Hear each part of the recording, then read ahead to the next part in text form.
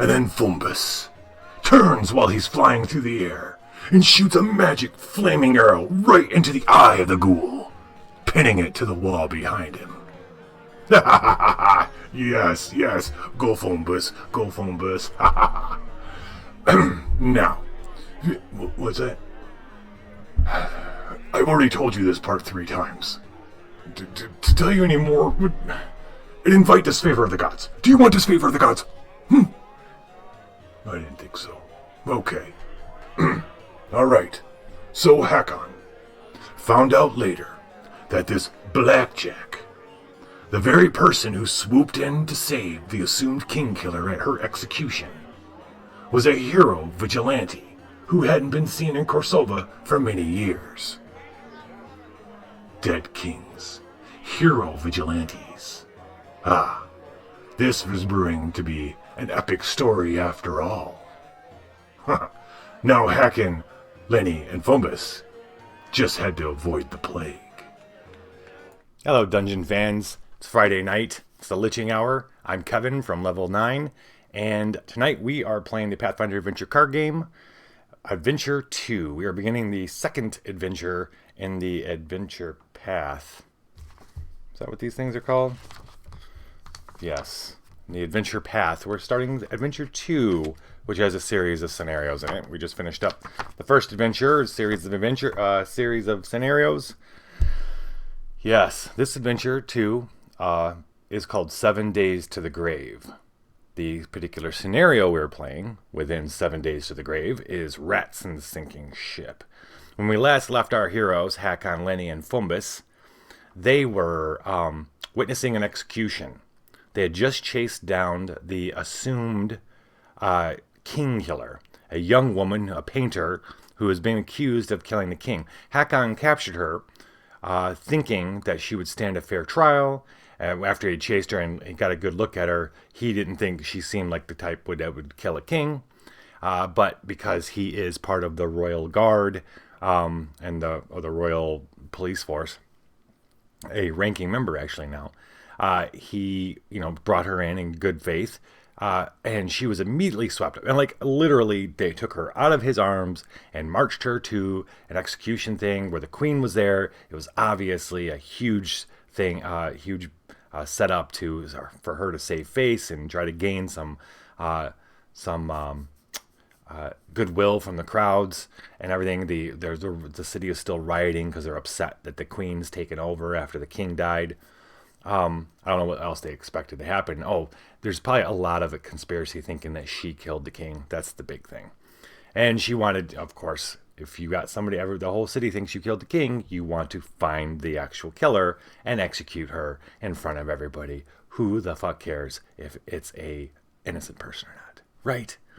So Hakon realizes all this while he's watching. And he's like, yeah, it's time for us to go. Maybe I was wrong about this place. But then, at the last moment, in swoops this masked figure, Blackjack, a vigilante the city hadn't seen for a while. He swoops in, saves the girl, gets out of there, chaos ensues, and that moment Hakon realizes, okay, this actually, his nose is right. This is bigger than he thought. Who knows how big it'll get, but it's big enough. There's lots of stuff going on. However, Lenny and Fumbus, they've had just about enough. They're not typically city people. Lenny, for sure, and Fumbus, he's not used to cities either. And there's a lot going on in the city, and, and then this kind of stuff going on. And Lenny wasn't necessarily didn't necessarily believe that this woman killed the king either. Fumbus doesn't care either way. But Lenny was kind of in Hakon's camp, and even with the masked dude coming and saving her, or woman, we don't know, the masked person, even with that, she's like, when they get back to where they're staying, they all have a kind of a sit down and talk. And Lenny's balancing a couple different things. Well, Lenny and Fumbus, really. Hakon wants to stay, and he's trying to convince them to stay. He doesn't have a whole lot to... I mean, they haven't known each other for too long, but they have bonded quite a bit over the course of all the little adventures they've had so far. And Lenny's balancing that with, like, Hakon's been extremely a good friend to them. He's kept his word. He has backed them up at every opportunity. Has saved their lives. They've all saved each other's lives in various ways. So it's hard to break the band up. But Lenny's got is like, she's having a hard time dealing with this city and stuff. And he says it's going to change. But what else do you have? Really, when it comes down to it, is Lenny and Fumbus have nothing else other than to just leave and go. Just leave. Just go. And Hakon knows that. It's not like they're going. There's Lenny's whole thing was to get to the city to get rid of to confront Gadrin Lamb. That was a relatively new thing that had happened in their lives. Other than that, Lenny and Fumbus were just wandering. We don't know their backstory. And really what got them there. And there isn't anything. I guess my point is they don't have any goals right now. Hakon's leveraging that to his defense. Not his defense, but to his advantage. Saying, look, stick around.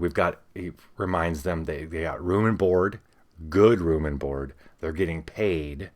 And yes, they're putting their lives in danger, but there's just as much danger if they go walking outside the city walls. And they got to admit to that, because it's a crazy shit fest of monsters and stuff out there, and bandits and who knows what. So stick around. It just got exciting. Lenny begrudgingly kind of agrees and decides that she wants to read the Hero deck, do a reading for all three of them and see what they say. As an aside, this is each of these adventures, at the beginning of each of these adventures, each of these set of scenarios, there's a different suit of heroes, which are the special blessings that came with Curse of the Crimson Throne. It's like a tarot deck kind of, and I'm going to randomly, and I got the suits for this adventure are shields. Last adventure was keys. We're going to draw one of these for each of them. And then that player, that character is going to keep that card for the course of all these scenarios for this adventure. And they'll always start with it in their hand. And it's a blessing that has a little bit of an extra ability to it. This adventure, it will also add a 1d4 to Constitution checks, non-combat. And when you play it, you can heal an ally, which means you can take an ally out of your discard pile and put it into your deck. And remove one of your scourges, which is pretty good. Which is pretty good. Scourge is a really cool addition to this game, I think. All right. And as of right now, I'm playing under the pretense that this blessing, you also get to do the other ability on it if you want. I haven't seen anything that says you can't. Right. So, Lenny does a little reading. We're going to do that reading for Hakon. The desert. Very interesting. For Lenny, the teamster. For Fumbus, the tangled briar. So the desert. Let's see. I need to check discard to bless, discard to move another character to your location, discard to explore this exploration. All Constitution checks add 1d4. Teamster. I need to check for the discard. So obviously, Hakon, yes, this is an oasis of story for him. Right now, his life is a bit of a desert when it comes to the story. Hakon's a natural adventurer, but more along the lines that one day he's going to settle in and become an incredible storyteller. He's going to tell his stories. He already did that for a while in his life, telling other people's stories, and decided to live his own. He outside the city, outside this event that is going on right now, it's all desert. It's like he had to start again and go wandering in the desert to find yet another oasis. He's at his oasis. Lenny takes this to mean that regardless of where her heart kind of wants to pull her, the other side of her heart in her head, her other side of her heart is fighting with her heart's fighting with herself because she does like the team that's going on. Not sure if she's ever been part of a team before, and so this is like, I don't know if this is a new thing or this is a natural thing that she is yo McTeddy. We're not quite sure what her deal was in the past, but this is her sign that she's going to stick around and keep the team together. Fumbus. Yeah, so okay, thank you. Yo. All right. So, did that work? I don't know if that worked. You have... Sorry. All right, so chaos is something I've introduced. It's a currency. When you spend it, you have 6. You start with 6, McTeddy. There's 2 different things you can do with it. You can spend 1, and that's by doing the chaos, redeeming spew chaos. That is to have me either re-roll a roll, or add a dice to a roll, or take dice out of a roll. And then I'll work out the details with you whenever you do it. So that's what chaos is.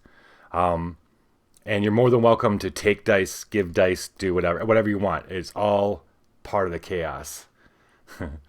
The other thing you can do, and that costs 3 chaos, is flashback. Flashback, right now I was just kind of going through the different, we're doing a little bit of a hero, not a little bit, we're doing a hero reading for the characters. Flashback, you pick a character, and we're going to do a scene flashbacking some part of that character's life. I'm going to ask you to pick a couple different cards. I'm going to pull them out. I might end up rolling. I don't know what'll happen.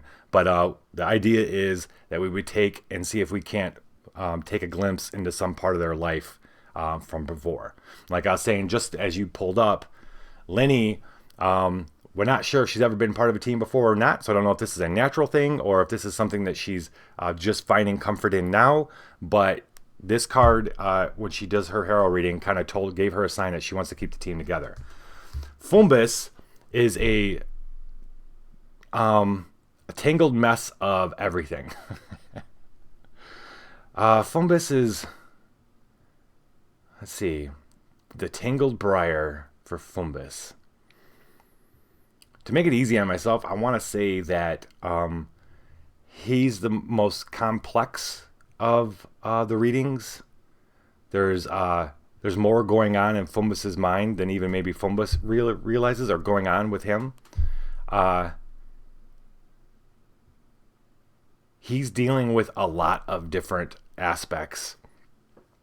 He's a goblin in a predominantly human town, dealing with human things, on top of being in a group of non-goblins as a core member, also wanting to get better and better at his spellcasting and alchemy and stuff. He's definitely an outlier, the most alien of the 3 in this group.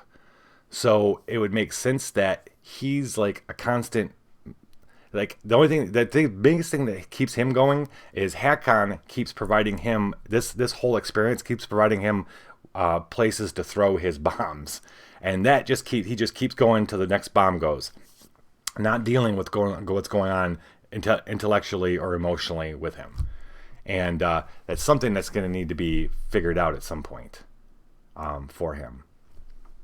Okay, so these are the cards. These are the hero cards that are going to be added to their hands for this set of scenarios. So after the hero reading, Lenny feels a little bit better. A little bit. Fumbus is still like, if we're staying, we're staying. He's a little neutral in it all. Like I said, he's getting opportunities to throw bombs, and for now, that's satisfying him. So they leave. The next morning they get up. They leave to go to base. base. And on their way, they see this person come running down the street, and they're running past him, and he's moaning loudly, and his face is like, it's like his skin has been dyed bright red. It's at first they think that he's got blood running down his face, but as he gets closer, they can see that it's actually in his skin, like it's a discoloration of his skin. But yet the way he's running and everything, and he starts swerving a bit and maybe falls down against the wall and sobbing, and Lenny wants to go over and help him, but someone else comes running up from behind him. He's like, don't, he's diseased, don't touch him. And she's like, oh. So they continue on to the base. When they get to base, we'll call it the headquarters of the Field Marshal's headquarters, Field Marshal Cressida. That's such a weird Cressida Croft. Miss Croft.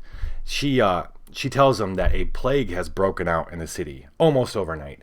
They're not sure where it came from, but now that the rioting and stuff has kind of died down a little bit, they think, it could be any different series of events that have launched this plague.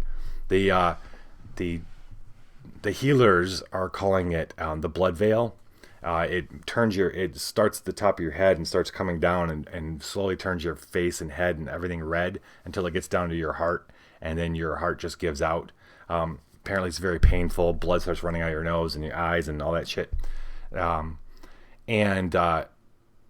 It was small cases for like last couple weeks and stuff, but now it's getting bigger and worse, and they're not able to contain it. She does have some ideas on where to investigate. There's several different, but what we'd like you guys to do, she tells Hakon, is there's two that are in kind of the same area. One, the guards shot down and sank an unmanned ship that was coming, just floating in the river, just outside the city at the river dock. It was heading towards the river docks, and they sank it. So that could have been a plague carrier. We don't know if someone went on it and came off and brought something with them. That was a couple weeks ago, though. The other thing is, and this might be where you want to start, is there's this mob, unlike a riot, an actual organized kind of mob, out near the same docks, but near a fishery and stuff, that are chasing. Apparently, what we've gleaned is that they feel there's this sewer were-rat that has been plotting to destroy the people above, and they're with torches in hand are trying to chase him down. And they last she heard, and she'd actually like us to hurry, is they think they have him cornered in a fishery. So maybe start there, she tells them, and track down this were-rat. Maybe the were-rats, we've always known there's a were-rat population in a city. You really can't get rid of them, and especially in the sewers. So investigate there. Maybe they've actually gotten their hands on something that could have started this blood veil. So that's where Hakon and Lenny are going to start. We're going to head up. Well, actually, no. We're going to start the base. We're going to start the base because we want to get some allies. They're called something else. They're not allies. Supporters. All right, so Hakon's going to go first. We're drawing Norgaber's Shadow. Does it do anything too crazy on your stealth check? Or we're not stealth checking nothing. All right, we're at the base, which means we draw 3 cards. He gets to choose one of these 3. Turning a Sabor happens to be the young lady we didn't save her life. The masked fellow or lady saved her. But what does she do? While displayed on any non-combat check, you may bury her to add 1d4. So you can upgrade these. You can spend hero points to upgrade these cards. I haven't started doing that yet. I've been greedy with my hero points because I wanted to get everybody's cool ass abilities. And then 1,000 Bones. This is the poor fellow who we brought his son back in pieces. We didn't cut him up though. You may bury him to heal a character 1d4 cards. All right. So you draw 3. You got to pick one. We're going to, since I want to make sure, I like the idea of 1,000 Bones being around. So we're going to take him. And then I think we shuffle these back. And then we can either... oh, it was return the rest in the order. Oh, okay. Sure. All right. He can recharge any cards. Let's see. He started out with a pretty good hand. He's got his Elven Curve Blade, which I think is his best card. His best weapon. Heck, he certainly likes it. He's got 3 of his spells, which is pretty badass. A Blessing and his Harrow Blessing. So I don't need to recharge. I can draw a card, heal a card, recharge any number of cards, remove one of your scourges. Actually, I'm going to draw a card because I might find something that I want to keep instead. Oh, see? The Helm. And then I'll just end his turn and I'll have to discard something. I'm going to go ahead and discard Enhance because it's not the best. I'd rather have a... Oh, yeah. And then I'm going to place 1,000 Bones down displayed so that he's ready to use. All right. That was Hakon's turn. Lenny's turn. Lamashtu's Madness. I ain't checking against a monster. We're not meeting any monsters. She's going to... Amin Jalunto. I think I'm going to take Trinia. Yeah. Trinia.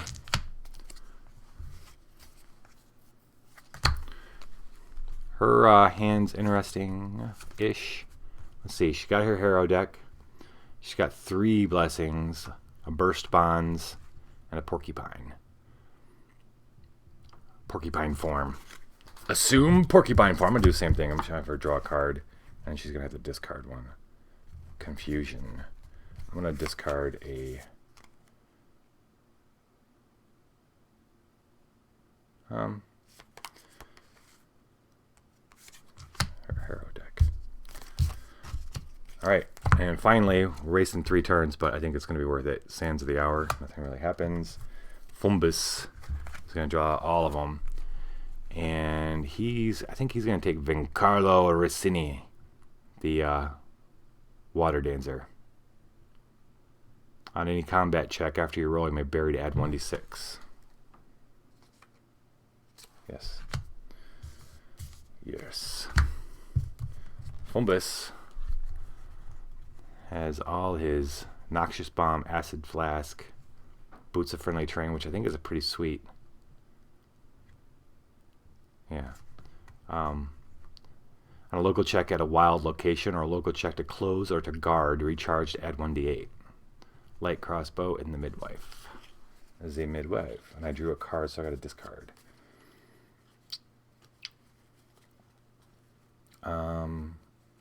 Since he's got... I'm going to discard the Light Crossbow. Okay. Alright, so... they take off from the base to head to the fishery. When they get to the fishery, out over near the river, near the gate to the river. So that side of the city, there's there's fish, not sea, but fish-related industry up against the walls. There's a gate. You go out a large gate. You go out the gate of the city, and there you see there are docks. You can leave the city, but there's a docks and maybe a bridge in the river there. So the fishery's inside the gate.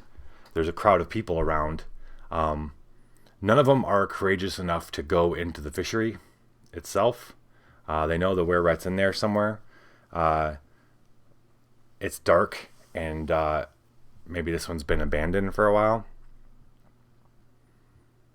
We're going to say that this is kind of a kitty corner on a corner where it's also near the ocean. So it's kind of like in a good location where it's near the gate-ish to the river and also setting on the ocean so it can get stuff from both. But maybe it's closed down and they don't want to go such and so. They figured if they kind of lay siege to it, eventually he'll have to come out and they'll get him, the were-rat they're looking for. Hakon. All right, now. So Hakon introduces himself, and Lenny and Fumbus, they've started to get a little bit of a name of themselves. These people probably don't recognize them just yet, but they're soon, more and more people, they're going to be a household name in Korsova. So Hakon introduces himself, and they're more than, like, the moment he says they're going to go in there to look for this guy, they get cheers. Everybody's so happy, and they're gonna wait, and you flush him out, and we'll grab him. We're all ready. We got nets. Okay, great. Keep the fires burning, he says. And Fumbus, Lenny, and he walk in. Benefaction, no effect when this is the hour. Okay. All right, Hakon, what's up? Oh, at this location, when you explore, examine the top two cards of the location, shuffle one into the location, and encounter the other. All right. Ooh. Foes on all sides are a basilisk. Wow, good thing those town folk didn't go in there. Let's see. Each local character summons and encounters the danger. The difficulty to defeat is increased by 2. If any character defeats the danger, this barrier is defeated. Or do I fight a basilisk? Before acting, each local character must succeed at a Constitution or Fortitude check. That's everybody too. What do you think? What do you think? Basilisk or were-rats? So this is going to mean we get jumped by a group of were-rats. This means we fight a basilisk.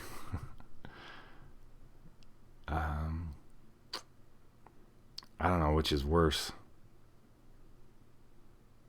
Let's see what the were-rats are.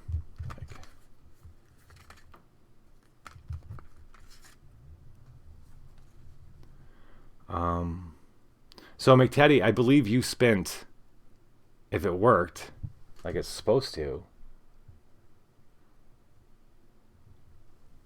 If it worked like it's supposed to, I don't know if it did. But if it did, I could check. You have spent 1 chaos. All right. So were-rats. Combat is 11 or knowledge is 7. If the hour's level is 0, which it is, the difficulty to defeat is increased by 3. Oh, scheisse. All right, dudes. We are shuffling.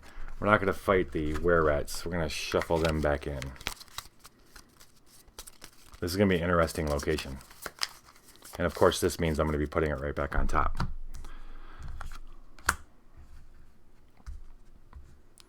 So, they go in. The fishery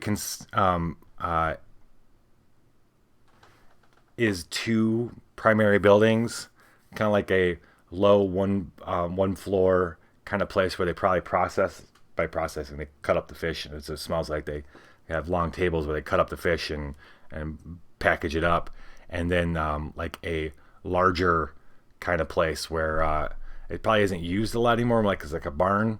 It was probably originally where they did this stuff, but now it's full of like old anything that's kind of been like, well, we don't know. Yeah, we'll go in there, but it was used as kind of storage and stuff. Big barrels that kept fish and stuff before they're slaughtered. As Hakon, Lenny, and Fumbus kind of move back in there, it's kind of dark, even though it's this is like midday. Even though it's kind of midday, the shadow of the wall around the city darkens the area. There's no torches lit or anything. So as they're kind of walking through the dim light, they hear some scrape and slide. I mean, this thing's kind of big. It's hard to keep itself quiet. But it comes out between these 2 buildings. Maybe that's why this place is abandoned. Or who knows if the were-rats let this thing out or what. But it's patrolling around the yeah. And it comes quicker. He hears it, but it comes pretty quick, and comes right at Hakon. And Hakon needs to I guess this is going to be whether or not he gets, it stares at him. He looks right in his eyes and see if it not turns him to stone, obviously, but all right. So it's everybody though. Everybody's looking at him. All right.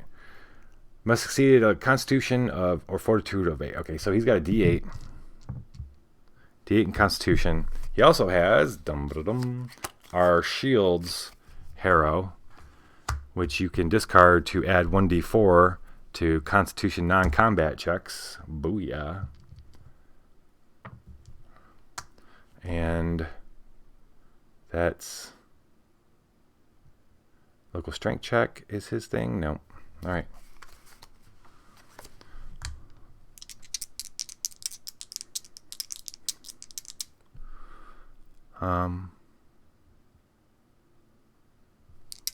Yeah.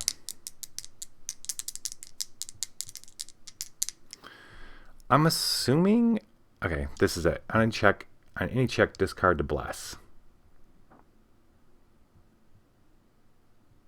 I guess the power would be. Huh. All right. All right. Anyway, he needs an 8. Holy shit! He got a 5. Holy no! Oh no! All right. He looked dead in its eye, and it did not look good. He is suffer the scourges entangled and exhausted.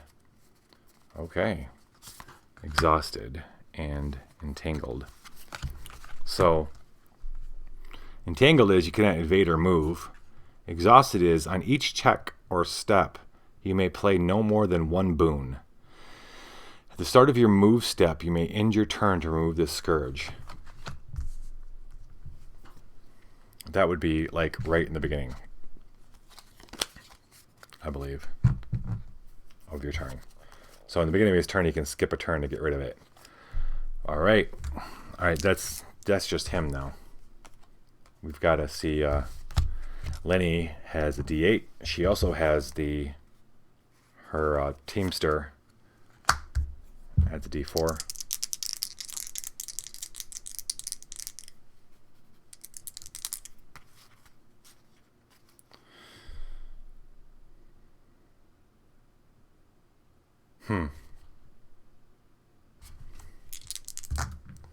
Six and 4 is 10. Lenny sees it and smells it and knows exactly what it is and does not look at its eyes.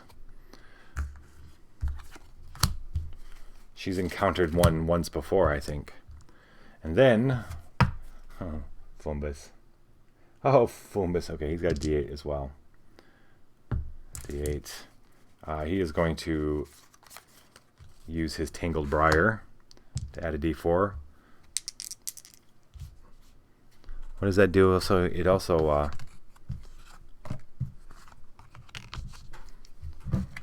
meant. Oh, where'd it go? The heal an ally, which he doesn't have. Oh, wait. It heals one of your scourges. 6 and 2 is 8. Fumbus. Don't know if he has seen a basilisk before or not, but he is not turned to stone.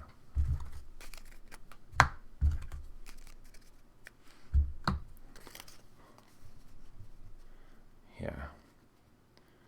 All right. Now we got to fight it. Hakon's got to take it out. Elven Curve Blade. His strength D10. Plus another D10. Plus, he can discard a card to add his diplomacy.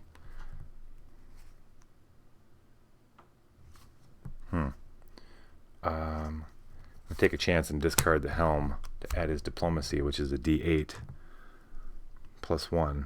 So he's got plus 3. Okay, he can only play 1 boon. So here we go. We need 12. 6, 11, 12. So, the eyes of this thing just drain him. Hakon's never seen anything like this before. This large lizard that stands almost this high to him. Hakon's a very tall man, but this thing comes up to maybe here, and its baleful green yellow eyes just kind of draw him and draw his energy. He feels sluggish, and if it wasn't for his Nordic kind of constitution, when this thing comes up, he's able to comes up to bite his face off. After kind of it's gotten its prey nice and slow, as it comes, it kind of rears up a little bit, and that gives Hakon time to raise up his blade, and it comes down to come in, and he sticks it right through its head. And then so he's staring at its nasty mouth as it dies, and he collapses with it. And Lenny rushes over to help him up. Okay. He pulls the elven blade out. What was that thing? My people call it the basilisk. Don't ever look in its eyes. Well, I wish you could have told me that before. I learn something new every day. Okay. He's not gonna spend any more. I spent a hero point to upgrade his hand size, so I'm so happy he gets 5 cards now instead of 4. 4 was like really restricting. 5 has opened it's a whole new world. All right, Lenny's turn. Oh, we got to draw 2. Oh, wait, hold on. Desna's Freedom. On each check, the first blessing played to bless may be played freely. Okay. Sage's Journal. And a Tinker. Charisma, Diplomacy. Disable. I'm gonna do this. Something else I know about basilisks. Lenny has been starting to open up a little bit more. Turns out her not wanting to speak, or her silence, was not a physical impediment or a intellectual impediment, but more of a safety feature or a defense mechanism. She's opening up a little bit. It's taken about a month or two. Another thing I know about basilisks is, and she takes Hakon's sword and she stabs it in its gut, and she just runs it across, and it opens up. And we thought they smell bad on the outside, right? Am I right? Yeah. All right. So let's see if she finds the Sage's Journal that it swallowed. Intelligence and knowledge, D6. Probably not.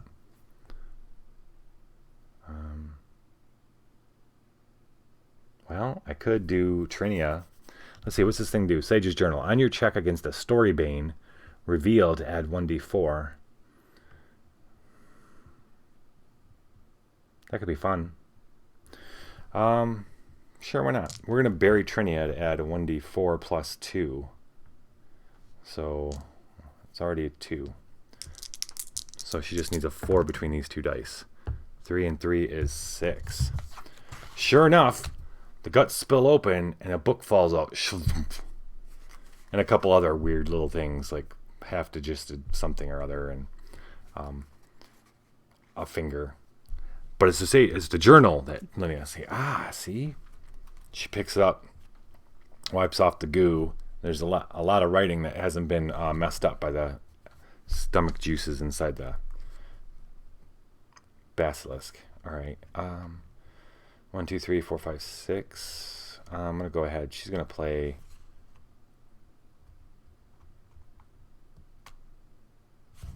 The trumpet. On local check, bury to bless twice. Oh, heck no. I don't want to spend that. Oh. Dang it. Fine. She's going to spend this blessing to discard to explore. Giant Toad or Priest of Pharasma? Oh, it's a divine check for Priest of Pharasma.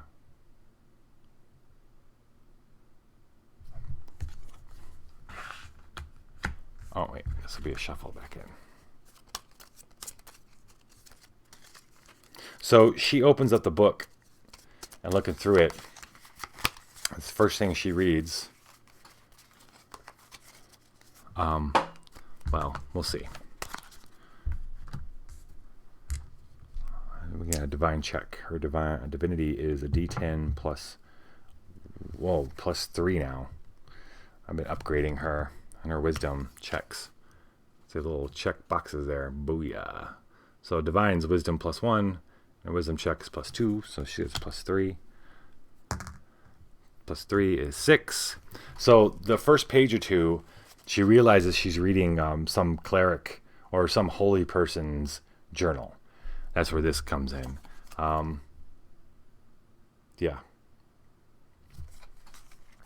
Journaling their exploration of different ways of healing and things they know about.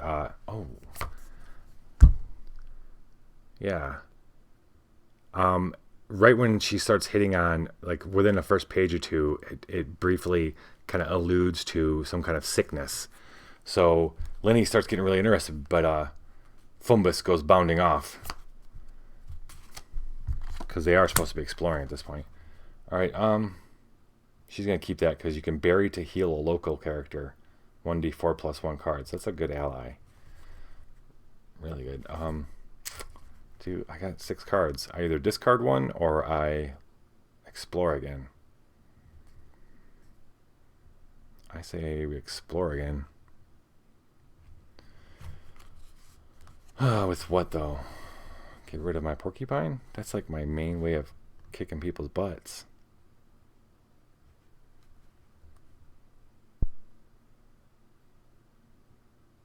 Alright, you know what? We don't need to heal just yet. Or maybe I do want to keep that.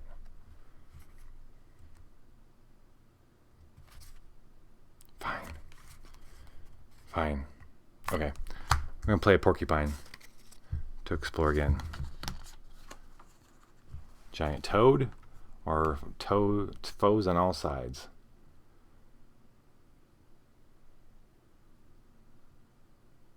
Huh. Giant toad it is. So she hears it before that anybody else does, but apparently the basilisk wasn't alone. It had a buddy that comes by. It would the giant toad would follow the basilisk around and eat whatever scraps the basilisk didn't, and now it's just now catching up to say hi. Our porcupine is discarded. So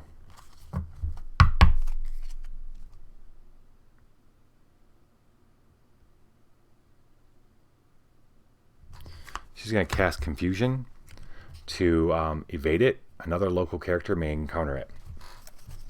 So it comes bounding out. She looks up from her book, and there it is. And it goes to open its mouth, and she knows exactly what it's about to do. She says her words of power really quick, and it goes, whoa. And that's when Fumbus makes his move. He didn't go bounding off. He comes bounding back out, and he's going to mess this guy up. Or, yeah, because Hakon's not feeling up to speed. All right, what are you going to do, Fumbus? Acid Flask or Noxious Bomb? They're both 2d6. Okay. All damage is poison damage. If undefeated, suffer the scourge is entangled and poisoned. All right, that was Lenny. She's casted it just so far. Okay, we'll keep it there. Over Lenny comes this flask of green fluid. Banished to use dexterity, craft, or ranged. Yeah, dexterity. He's got D10 plus 2. Plus 2, yep. D10 plus 2, 2d6. Alright. And then he is using something with the acid trait. No, wait. Liquid, a chemical, attack, and poison. Poison, so he gets to add a d6. And I'm not going to add any more. All I need is a 10. I got plus 2. Uh, it goes like this. It goes. He didn't plan on it, but because she did the confusion, he's like, rah, and he opens up his mouth, and right at that moment, the thing goes in its mouth, and it, and then his insides, and it falls. It opens his mouth, and this green smoke comes flowing out of the toad's mouth. All right. Lenny's got to attempt to recharge this instead of discarding. Divine check. D10. Plus 3. 9. She recharges it. That's cool. And then Fumbus just automatically discards it. Actually, I think I can...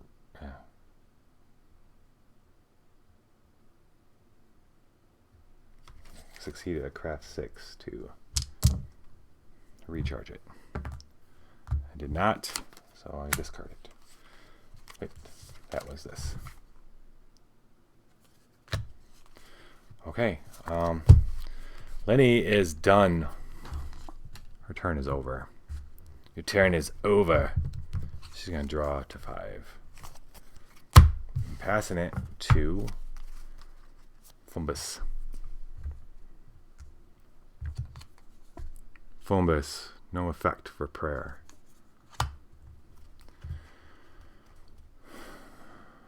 Right. A tinker. Look at that guy. Look at that guy. Or a were-rat. I think we want to find the were-rat. Oh, there's not many cards left. What's the tinker story? On a local check to acquire or craft check, recharge to add 1d4.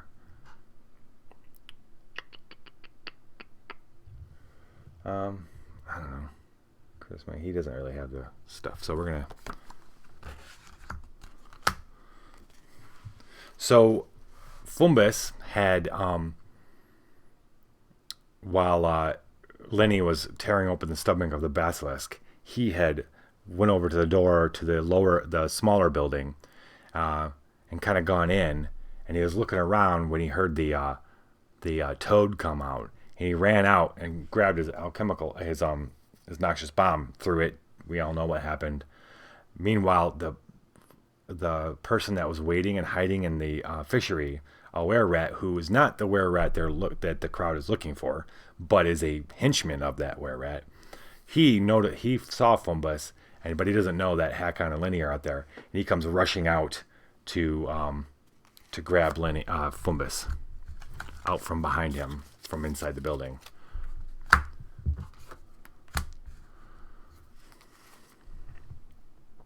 And he's full blown. He changes as he's going. So he's no longer a human.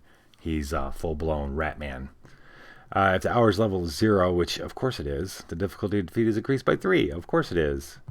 So it's a 14. A 14. That's okay. That's alright. This is Fumbus we're talking about. Sir Fumbus.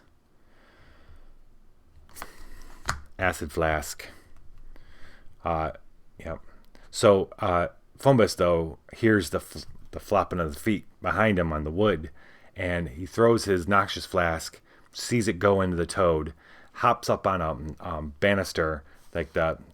I imagine that this place has a bit of a kind of porch area with a banister that runs around it, around the building.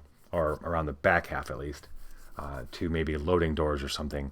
And he ran up to the railing, had thrown the bomb at the toad, jumps up on it because he hears stuff behind him, and he turns, and as he turns, he's pulling out his other flask, the acid flask. And this is going to be ranged 2d6. It's got the acid, so it's d6, another d6. What else do we want to do? Probably bless this sucker. It'd probably be a good idea. Or wait, he can discard a card or recharge alchemical, or which he does not have. All right, so he can discard a card to add 1d4. Do I care about 1d4 or do I want to Oh, I'm going to use the Orison. Discard a Bless. At the hour's level 0, you may recharge instead. So we're going to take advantage of that 0 thing. To Bless. Blessing is so much better. D10. All right. 2D10, 2D, and 3D6. And we need a 14.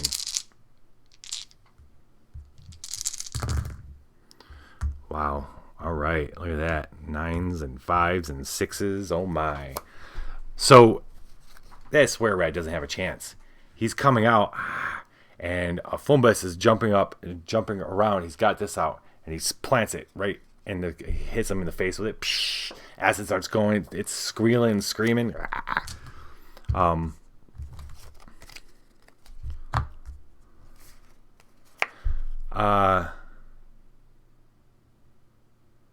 Yeah, but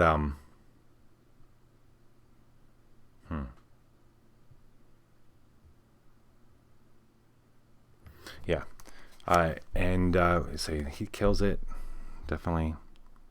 I'm just thinking about how this is going to lead to the next thing.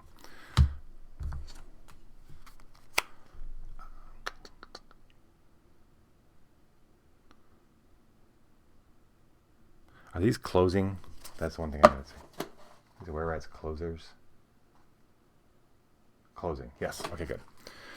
All right. Let's see. Profession, succeed a craft check. It's D8, right? Yeah.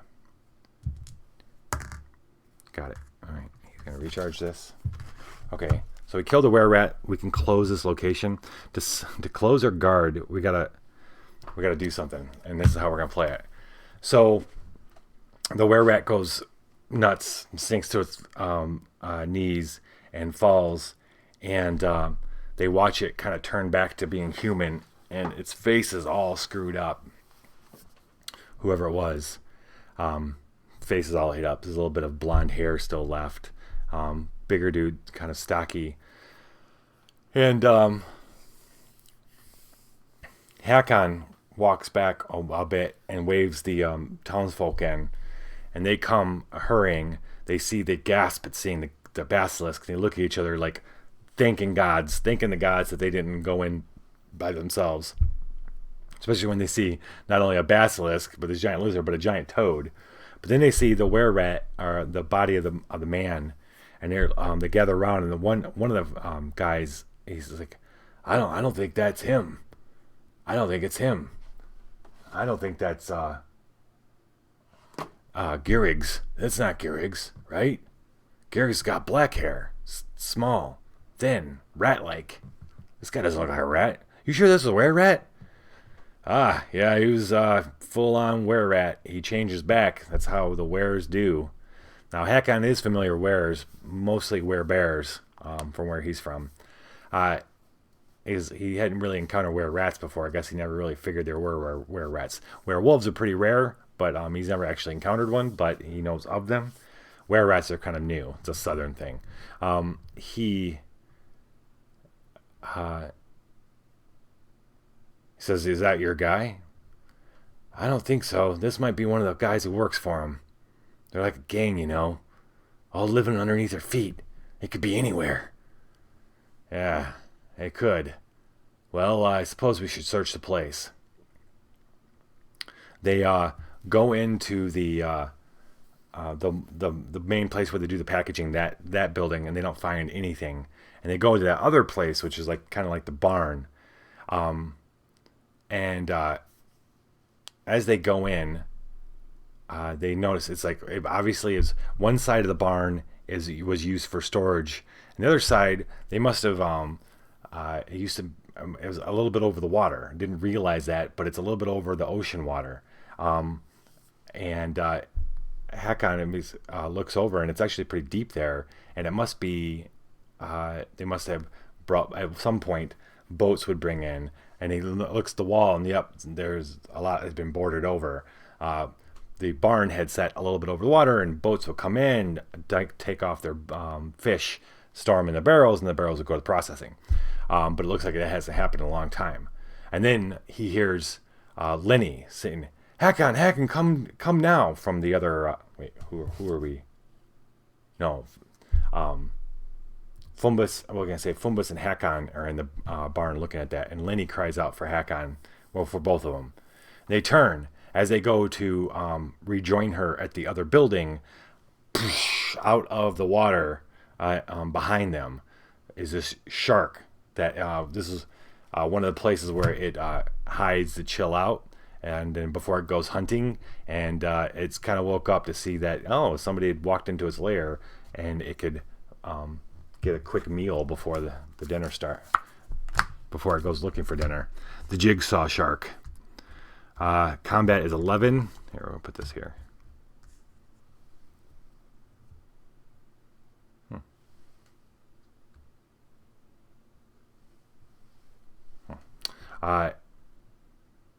Combat is 11. Cannot be evaded. Okay. Fumbus, what are you gonna do now, buddy?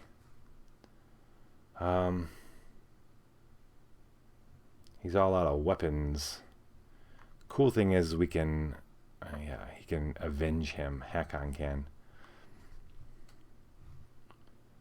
So all I've got is the Priest of Abadar. That's for local checks. Maybe we shouldn't have tried this. Let's see. On local combat check. No. Dexterity. He can't use dex. He's got nothing.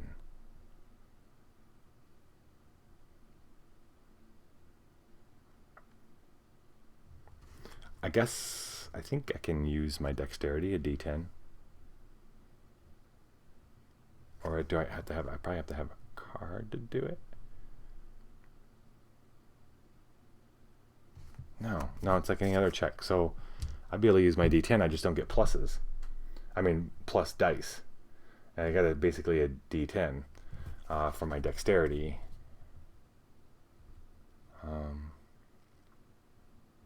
Maybe not. That might not be how I can do it. It must be. So, and I can discard a card to... I'm going to need to. This shark is going to screw me up, dude. It's going to F me up. Hakon is still having trouble moving around. He's very slow. Wait, hold on. Hold on. Oh, no. Man, she cast confusion. That would have been helpful for... Okay. So, I don't think it means I can't... Oh, for your combat. Dang. Ooh. All right. Pretty sure if I don't have a weapon or anything, I can use either my dexterity or strength. That makes sense, right? For a combat check. It's not like it's going to make me not roll anything. I can check the rules, I suppose. But I don't want to bum us out. I'm not going to slow us down. So, Fumbus is going to use a D10 for his... He's going to use his dexterity. Hakon turns and is going to cast Viper Strike. Viper Strike is on a local combat check. I can banish this to add 1d12 and the attack, magic, and poison traits. So we're going to pull out a 1d12. Big dog. 1d12, d10. And then Fumbus himself is going to...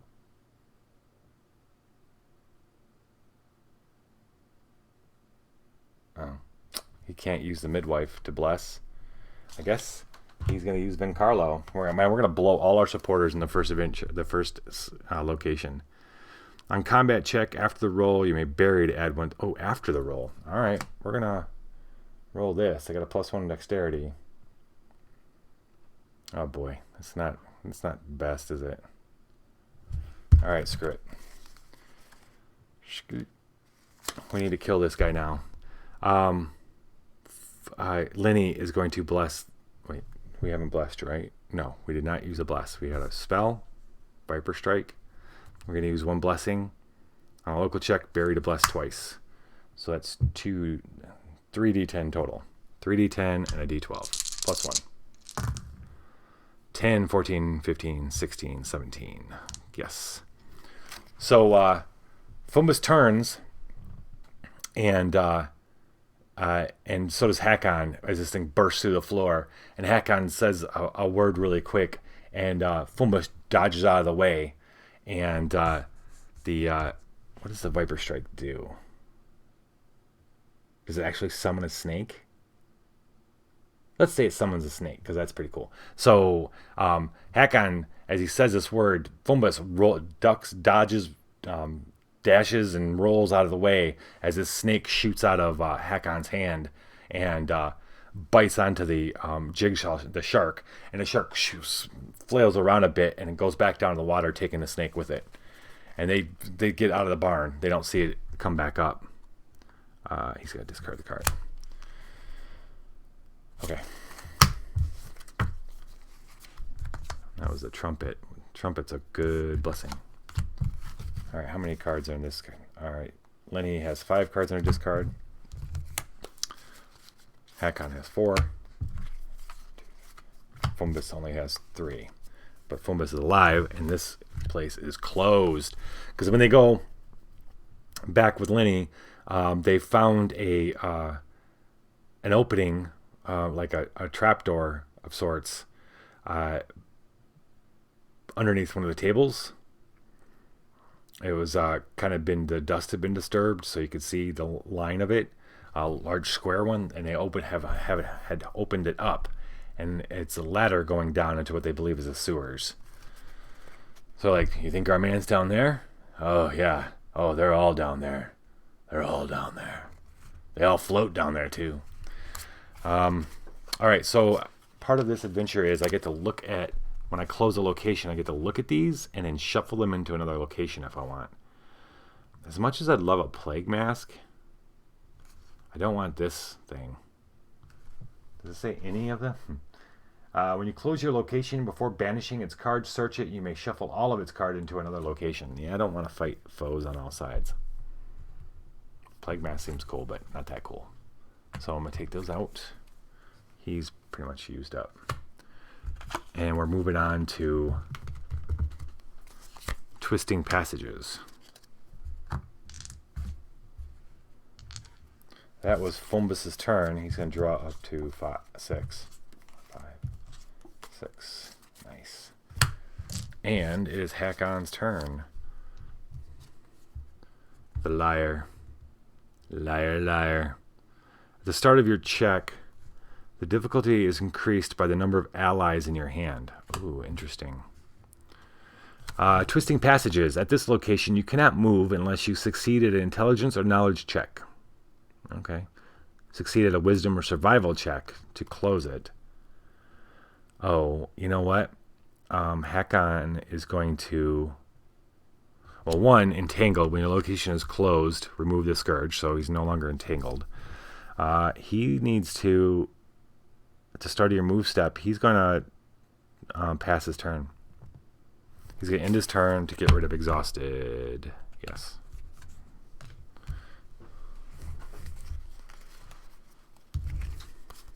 Yeah. Yep. So that was Hakon. You go first. So Lenny goes first, going down into the passages. Well, they all go down in the passages, and then Hakon's like, still a little out of... Whew, the ladder took a little bit out of him. So he's, go on, you lead. So Lenny starts working her way down this corridor that they found themselves in, underneath the fishery. It wasn't used for storage. Maybe it was used for storage one time. Maybe some broken barrels and stuff down there. But it's obviously been used for some kind of... it's actually been used recently. There's footprints in the dust. Footprints in the dust. Abadar's Law. On your check to close or to guard, add 1d4. Okay. What are we getting? Venomous Hand Crossbow. Ooh, look at this. This is our first second level boon. Boy. This would be really great for Fumbus, I think. On a local combat, it's also a local combat check. Freely reveal this card and recharge a ranged weapon to add 1d12 in the poison trait. You may use this power even if you have previously revealed this card on this check. Huh. Okay.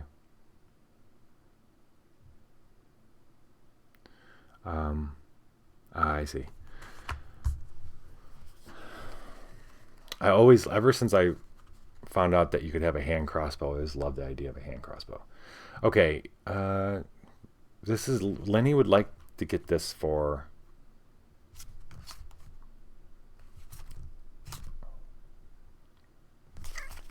she doesn't really have anything that's going to help her get that thing.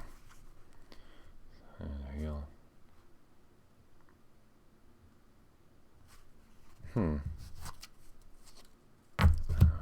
an ally.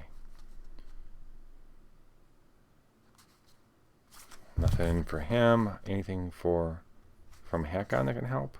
No. I don't think she's getting it. Not even going to try. Her dexterity is a D8. We have to let it go. Wait. At least.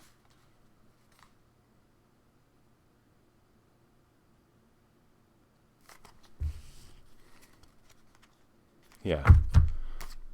At least bless her. She's got D8 and dexterity. Or at least bless and see if we can't get.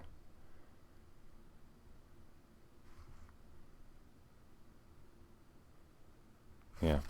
I don't want to waste my blessings now. But I mean, it's a badass weapon. Yeah, right? What's up, Thunder Chicken?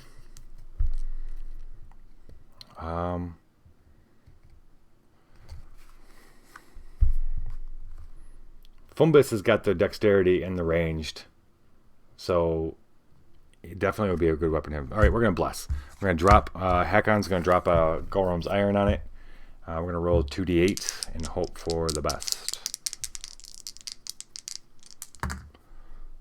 Pfft. Snake eyes. So, interesting enough. So, Thunder Chicken, you, I believe, have at least one chaos. I've introduced a currency. This is new as of tonight. I want to see if it works. If you do exclamation point in chaos, you can spend one of your chaos points to have me reroll, or to add a die to a roll, or take a die from a roll. So that gives you ability. The currency gives you ability to inject a little bit of chaos into the narrative. If you have 3, you can spend them to do a flashback, where I will take one of the characters, draw some extra cards, and we'll figure out a flashback scene for them, so we get to know them a little bit more. You get chaos by following, by cheering, and by subscribing. Cheering 100 bits for 1 or 2 chaos, I think is what I got set right now. I'm trying to figure out what the best ratio is to using them, or to getting them. Gorm's Iron, that is discarded. We did not. You just do. I think this is what's supposed to happen. You just do exclamation point chaos, and then, or actually try an exclamation point my chaos, and let's see if it's what that's supposed to do is tell you how much you've got. You have at least 1, maybe 2. If you do exclamation my chaos, and then, well, that should tell us how much, and then I think, yeah. I'm still getting used for how this Streamlabs things work. Oh, aha, it worked. Yeah, you have 2 chaos. Sweet. So if you wanted me to re-roll this specifically, for example, you could spend one of those for me to be able to do that. You don't, no pressure though, you don't have to. If you want to try it out, or you want to wait, see what happens. I'm sure I'm going to need it. We're only in the second location.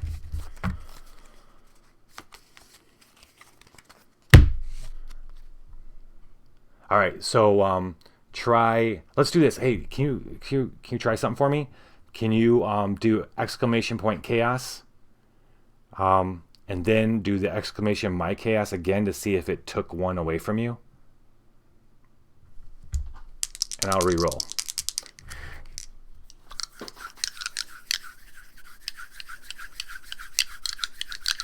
I hope this pays off, I hope the re-roll pays off.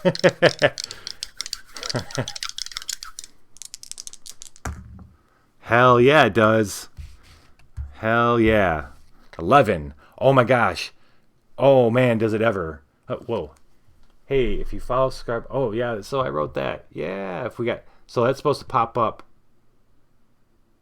Oh, just put exclamation point chaos. Try that first.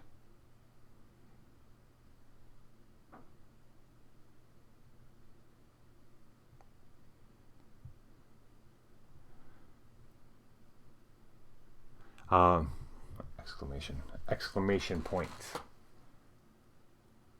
Yeah. There you go. Sweet. Okay. Now, just to see, I just want to see if it took away one from you the way it's supposed to work. Do my chaos again. And I got the roll just barely. 11 plus, she's got +1.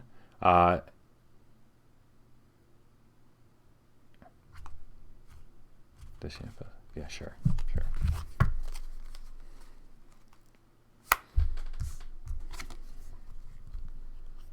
So, okay. So I got something wrong with that code. So I gotta fix that code. But everything's cool. You keep your 2 chaos. She's gonna take that. Awesome. Thank you for doing that. I gotta fix it, but it's all good. The other stuff's working good. All right. Okay, so we got the venomous hand crossbow. I'm gonna pass this over to Fumbus now. And then I don't know how she found that. She just it's in the hand of a skeleton. As she's passing by, she sees some No, not a hand of a skeleton. There's some fresh bodies down there. The were-rats. They can't tell if they were dead were-rats or dead people the were-rats had dragged down there. Probably the latter. But one of them had a pretty nifty hand crossbow. She's going to go ahead and draw back up and pass the turn to Fumbus and the crossbow. Benefaction.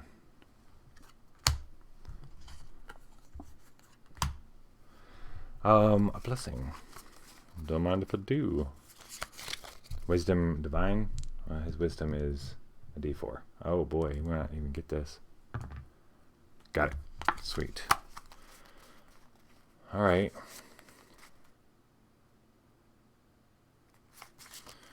He's going to play the midwife to explore again. Blaststone. First time you encounter a boon or a non-story bane, you may exchange it with a new one of the same type instead. That's what the midwife does. So this is kind of like up in his wheelhouse, so I don't think I'm going to do that. Intelligence and craft. I pretty much get it automatically. A d8 plus 3. I'll take that blast stone. Thank you very much. The other corpse has a little sack around it with a charcoal rock setting next to him. Obviously, somebody rifled through his pockets and found maybe there's loose change in the little sack, but and then left the stone because he didn't know what it was. But Fumbus knows what it was. Yeah, boom. So they're gonna carry on their way. He's got a lot of cards in his hand, so we're gonna blow something. Oh, you know what? He's gonna heal. He's gonna use Elixir of Heal on himself. 1, 2. On Lenny. Oh, he's gonna give it to Lenny.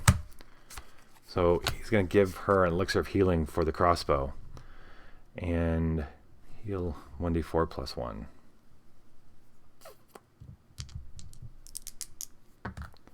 5. Awesome. 1, 2, 3, 4, 5. That's 5 cards.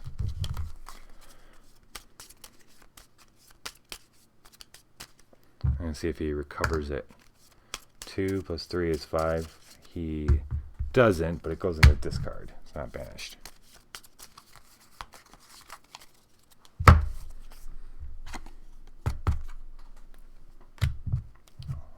Now he's going to actually need to heal. 1, 2, 3, 4, 5, 6, 7. Okay. He's still got 7 in his hand.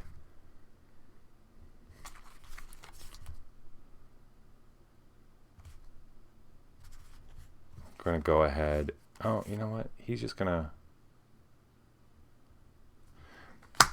to cast Soothing Word on himself. Soothing Word allows you to banish to heal a local character a card. Oh, I took that as being like a card of your choosing, but actually now that I read it aloud, I pretty much suspect it means just you randomly choose a card. That's not what I wanted. I wanted to heal that healing potion since I didn't get to recharge it. I used Incarlo, didn't I? Yeah, I did. Okay.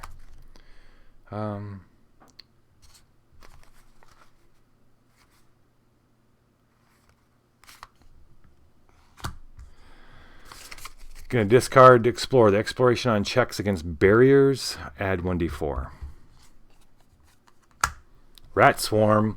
So they go a little bit further and they hear the squeak squeak. And he's like, how big are were-rats? About human size, maybe? Maybe. I don't think there's any goblin were-rats. Yeah, no. And then, yeah, because that sound was a lot of little rats compared to the were-rats. They come flowing out, filling the corridor, running right at them. Vulnerable to attack. If defeated by less than 4, shuffle this monster to his location. Okay. All right, what are you going to do, buddy? This is a monster. All right, Blast Stone is for fighting. Oh, boy.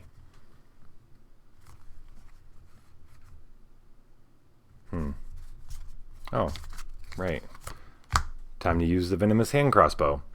That's D10 plus D6 plus 3. What else?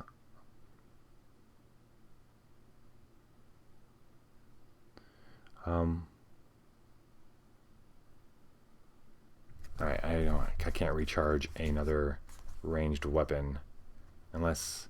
Oh, okay. I can use this and recharge it to make this poisoned to add a 1d12 to it. So that's what I can do. 1d12, and on a check that invokes poison, I get to add 1d6.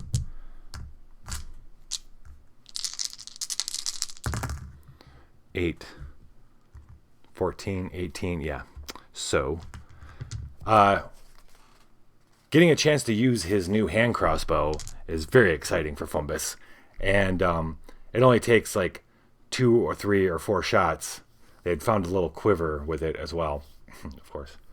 He takes to it like a natural. And 4 or 5 of the bigger rats are dead before the others disperse and rush off into other sides of the hallway, into little rooms that are inside that are almost like little storage, not almost, they're little storage rooms, and disappear into sewer grates and stuff that are in there. That was way more than 4, so we don't have to worry about that. And then she's discarded. And he is now 1, 2, 3, 4, 5. He's now at 5 cards. He needs to draw one and pass his turn. Hakon finally gets to play a turn again. Oh, look at that. It's time for the news. Hold on 1 second. I'm going to kick it over to Lich for some news. Be right back. Hello, monsters. I'm the Lich. It's time for Dungeon News. It's a sad day, monsters. Gormoth, the giant of giants, the massive one, the harbinger of dinner, is leaving us. Gormoth has decided to travel the world and maybe start his own dungeon on top of a mountain, he says. Or in the clouds, he says that would be cool. That would be cool. Well, he's not a cloud giant, I'm not telling him that. I'm having a hard time imagining a dungeon without him, folks, I gotta be completely honest. Remember that time he farted and we had to evacuate level 6? That was magical. Or remember that time he fought those 2 T-Rexes and... Wait. That might have been King Kong. It doesn't matter. He would have totally fought 2 T-Rexes and won. Oh, Gormoth. The good news is he's going to stick around to do his tea party concept for the April photo shoot for our 2020 dungeon calendar. One word. Collectible. Alright, so his going away party is going to be off the hook themed. Right? More details to come. But expect a giant hangover.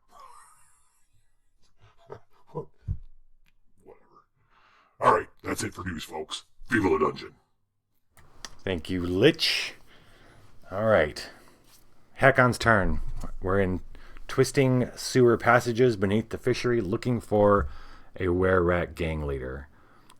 He is under Pharasma's knowing as a blessing on your check against an undead card at 1d6. All right. Let's see what happens.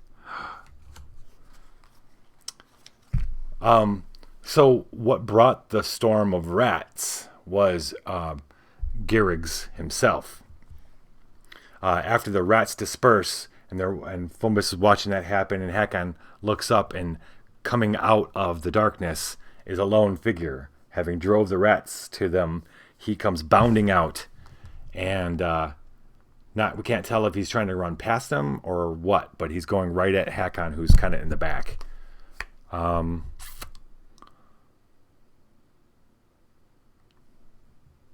Okay. If the hours level is 0, it's not. Whew. Before acting, succeed at a fortitude, perception, or stealth 5 check or suffer 1d. Okay. So this is going to determine whether or not he sees him. Let's see. Fortitude, Hakon does not have. Perception, Hakon does not have. Stealth, Hakon, nobody has stealth. Okay. That's going to be a D4 there, buddy. What's he got here? Discard to ignore a Bane's blessing. Oh, you know what? Hold on. Before I was planning on doing this. Before I was going to play, I was going to use 1,000 Bones to heal Hakon. I can bury him to heal him 1d4 cards. +1. 4. Nice. 1, 2, 3, 4, 5. That just happens to be 5. How awesome is that? 5 cards. Thank you, 1,000 Bones. 1,000 Bones gave him a poultice kind of stuff. That isn't necessarily, well, not like a healing pot. You don't drink it or anything, but you put it on yourself. You can smell it to invigorate yourself as well. All right, that's buried. Okay, we're fighting the wreck dude with a whole lot of nothing in hand. So if this check gets messed up, he could end up discarding his whole hand if you're not careful here. Ha! Get this. Look at this. The Empty Throne. Discard to ignore a Bane's before acting or after acting powers. Nice. Not both, though. So I can choose. He's got both. Before acting, succeed at that or suffer damage. After acting, suffer the scourges plagued and wounded. We're going to the Empty Throne. We're going to skip the first one. So yeah, Hakon looks up and sees him coming, and he had used the rats ahead of him as a distraction, so he could bolt in and not kill all of them.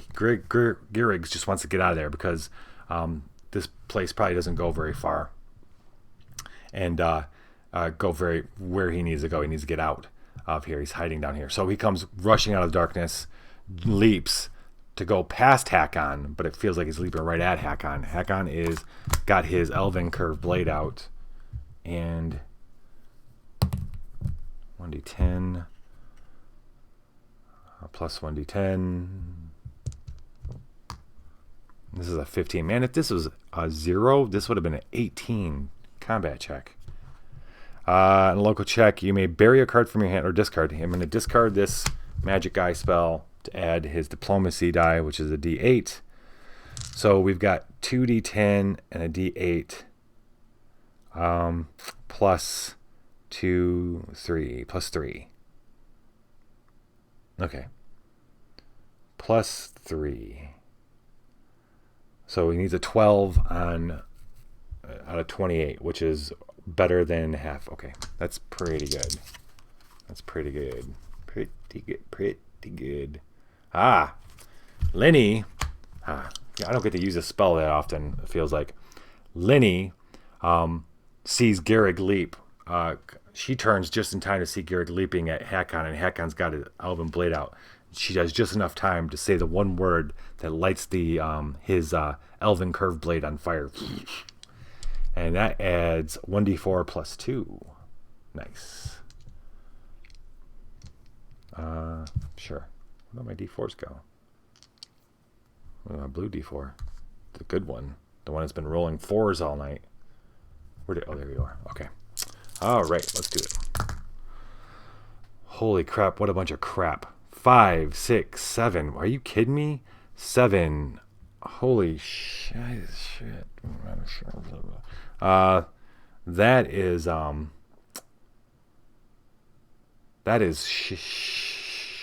Shiza. 4, 5, 6, 7. Plus, he's got like 3, 4, 5, plus 5. Plus 5. So it's only 12.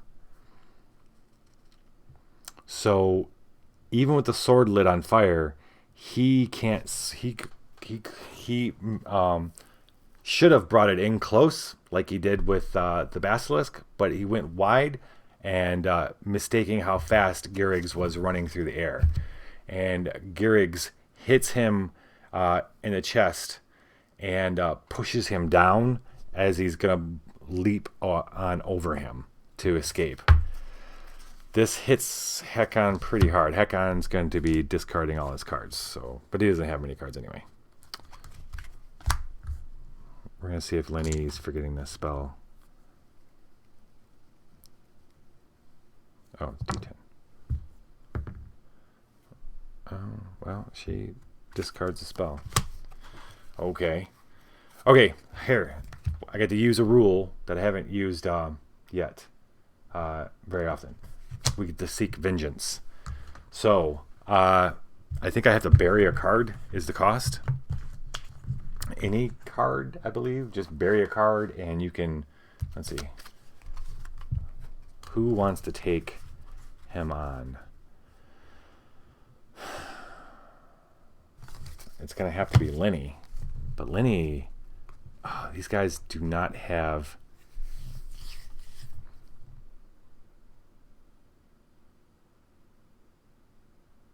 They don't have good weapons or anything. We're going to let him go. But because he leapt on him, Hakon has acquired the plagued scourge. At the start of your turn, each other character must succeed at a Constitution fortified check or suffer this scourge. At the end of your turn, succeed at a Constitution fortified check or bury the top card of your deck. If you succeed by 5 or more, remove this scourge. Oh boy. And then what's the other one? Plagued and wounded.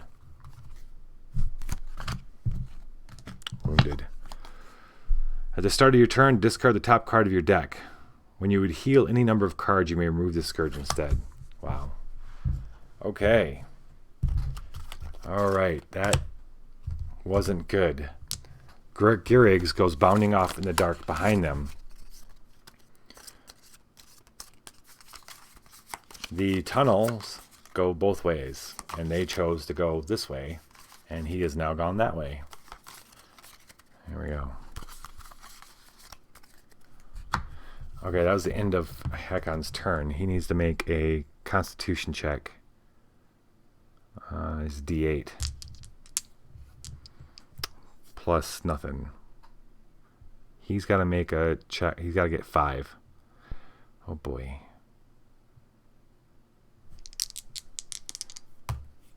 He rolled an 8. Good.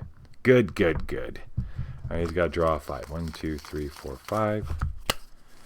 War drum, not helpful. Enhance, not helpful. Helpful-ish, actually. I think about it. Okay. Longsword. Horn of Battle, Clarity, Viper Strike. Oh man, none of these are... I mean, he's ready for war. With vengeance in his heart, Hakon starts down the tunnel to take this guy out. This rat. he's going to... Okay, so this plagued is at the start of your turn, each other local character must succeed. So we need to get rid of that before... Yeah.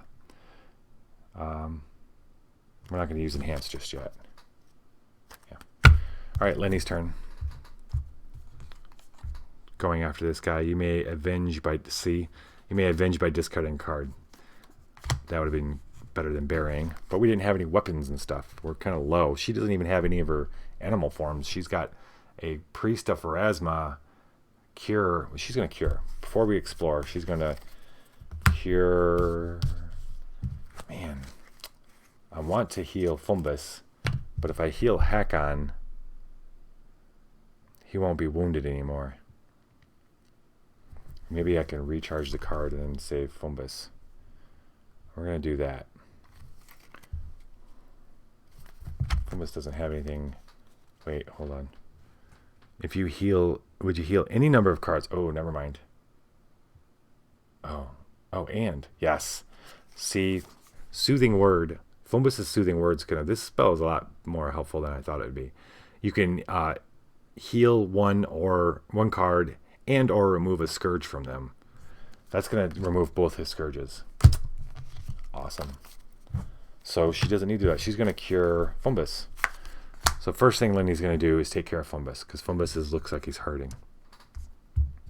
1d4 plus 1. Damn. That was a 2. That's a 2.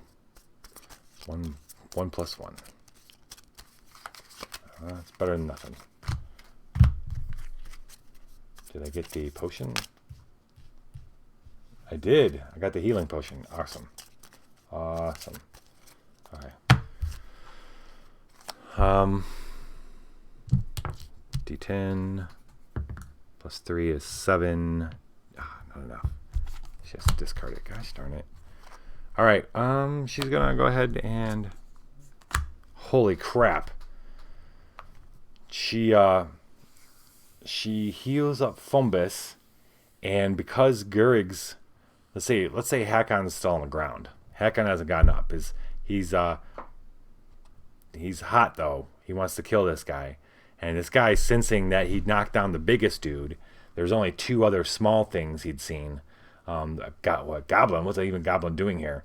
So he doubles back and jumps on Lenny because he sees that she healed Fumbus. Man, this is bad. Okay, fortitude, perception, or stealth. Well, she does have perception, so that's good. And it's plus 4. So that's cool. Oh, she doesn't even need to. So he doubles back, but Lenny knows she's healing Fumbus. She goes, knits him with some glowing shit, but she, out of behind her, she can hear him turn and come back. And he comes rushing in, and she realizes what she thinks. She's thinking like an animal. She knows he's coming back to try to finish them all off. And so she's ready for him. So when he jumps, leaps out of the darkness, she's ready for him. My problem is we gotta... Yeah. Okay. For a combat check, you may bury a card or discard a card. Oh, wait. I can discard any card. I don't have to have the ally card. Oh, yeah. I can discard any card. I'm going to discard the Burst Bond spell to use my survival. It's D10 plus 1d4 plus the card's level. What's the card's level? Not 0. Add the animal and melee traits. On a local check that invokes the animal trait, add 1d4. Okay. That's this. Add a 1d4. All right, so I got 10, 4, 18, and I need a 15. Okay. We need more here. We need more. Well, we got the Sage's Journal. So, says on a check against a Story Bane, reveal to add 1d4. So we're going to reveal that to add 1d4. We're going to use red dice, red d4s for this roll. So that's 12, 22. Still not the best. let's see. We need a blessing. Anybody got a blessing?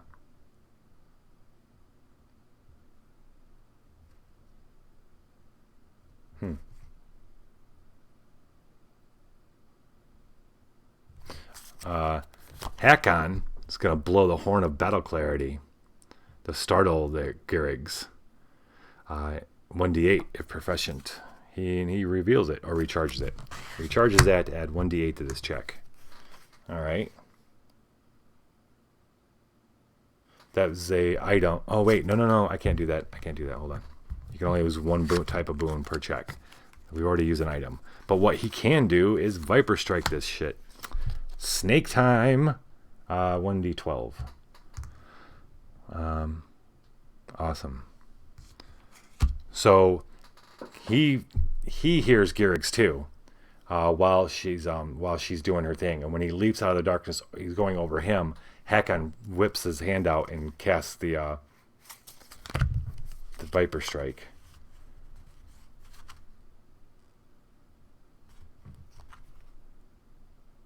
And then I think, yeah, Fumbus is going to add a blessing. So we are rocking. We have plus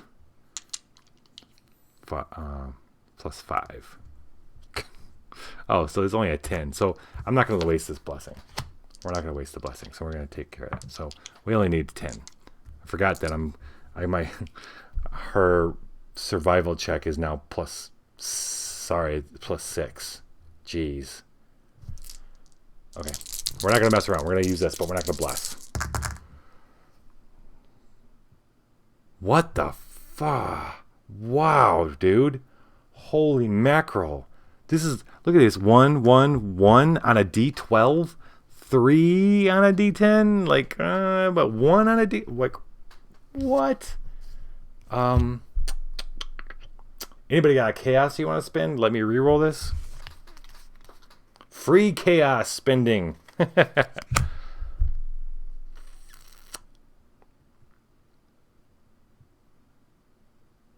I get a follow right now, I will reroll this.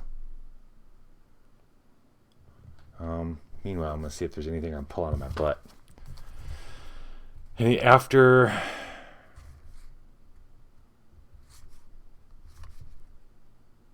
That's what I get for not using that blessing, man. This sucks. She's going to have to discard this. Okay, hold up. Before I get too freaked out. It's -6, so it's 9. Hold up. It's a thank you, Thunder Chicken. But I just realized I got +6. That makes this a 9. This is 3, 6, 7, 8, 9. I just barely freaking made it. She just in time. This thing came quick. He came really quick. But the snake shooting out of Hakon's, he didn't plan on that. The snake biting into his belly. So he's like, ah.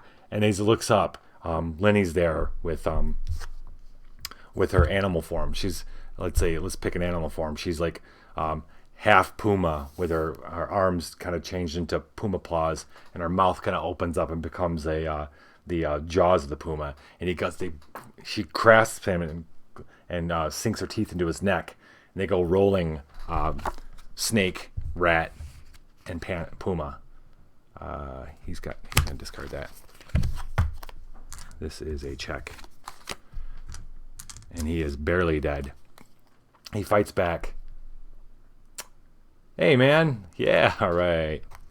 Now, so if you do my chaos again, you should have more. By the way, if you want to check.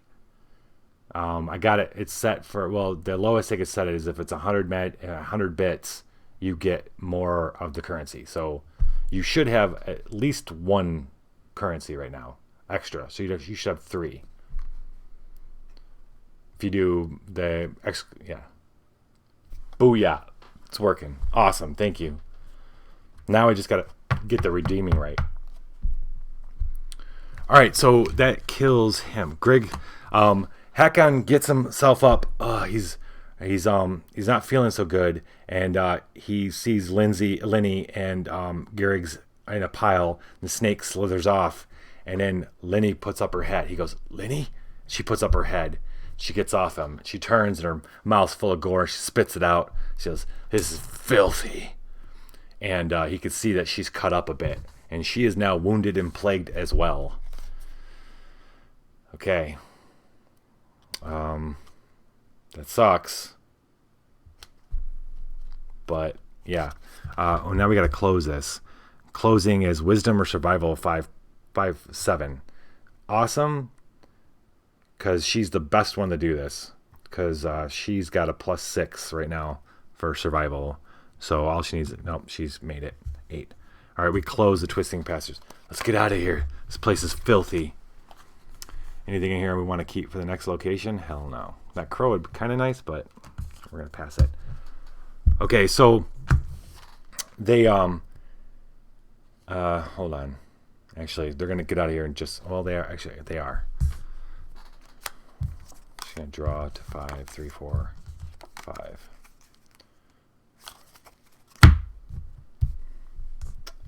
Okay, so it's Fumbus's turn.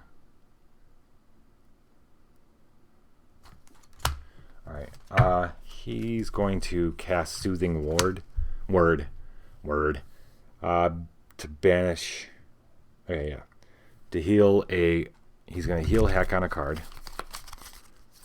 And in doing so is going to heal him of plagued and wounded. The problem is Lenny is plagued and wounded. So we got to figure her out. Or everybody's going to have to start making Constitution and Fortified checks. Move this over to Lenny. He's going to... He cast a spell, so he's got to make an Arcane check.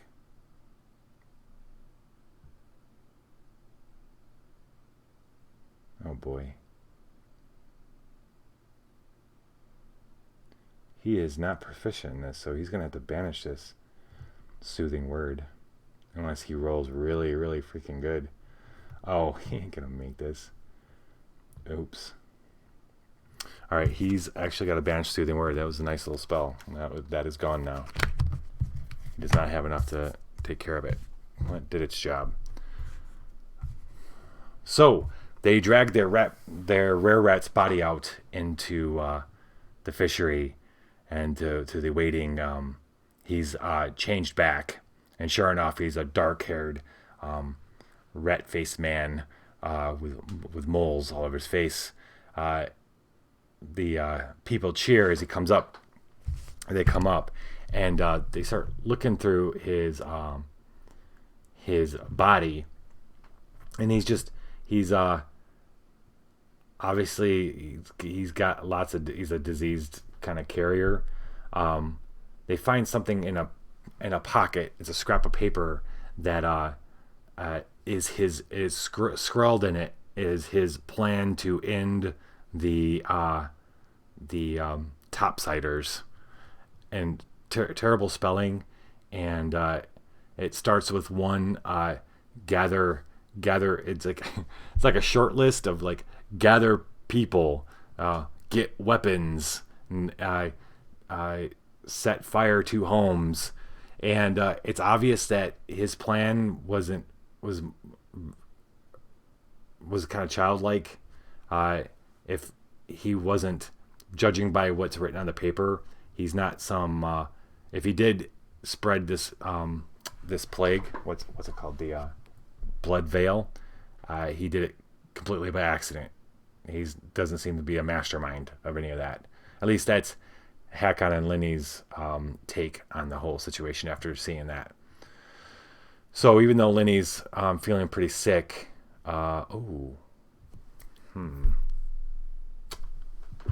we could go back to base. Keep one. Remove one of your scourges.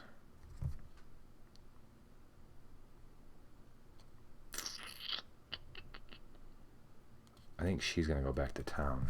And then is this at each other local character? Yes. Okay. So, perfect. Can I move? No. do we... Oh, let's see. Fumbus is going to go. And then move is... I'm going to try to work this out so that... Move is in the beginning, right? Advanced diary, you may give a card. You may move to a distance.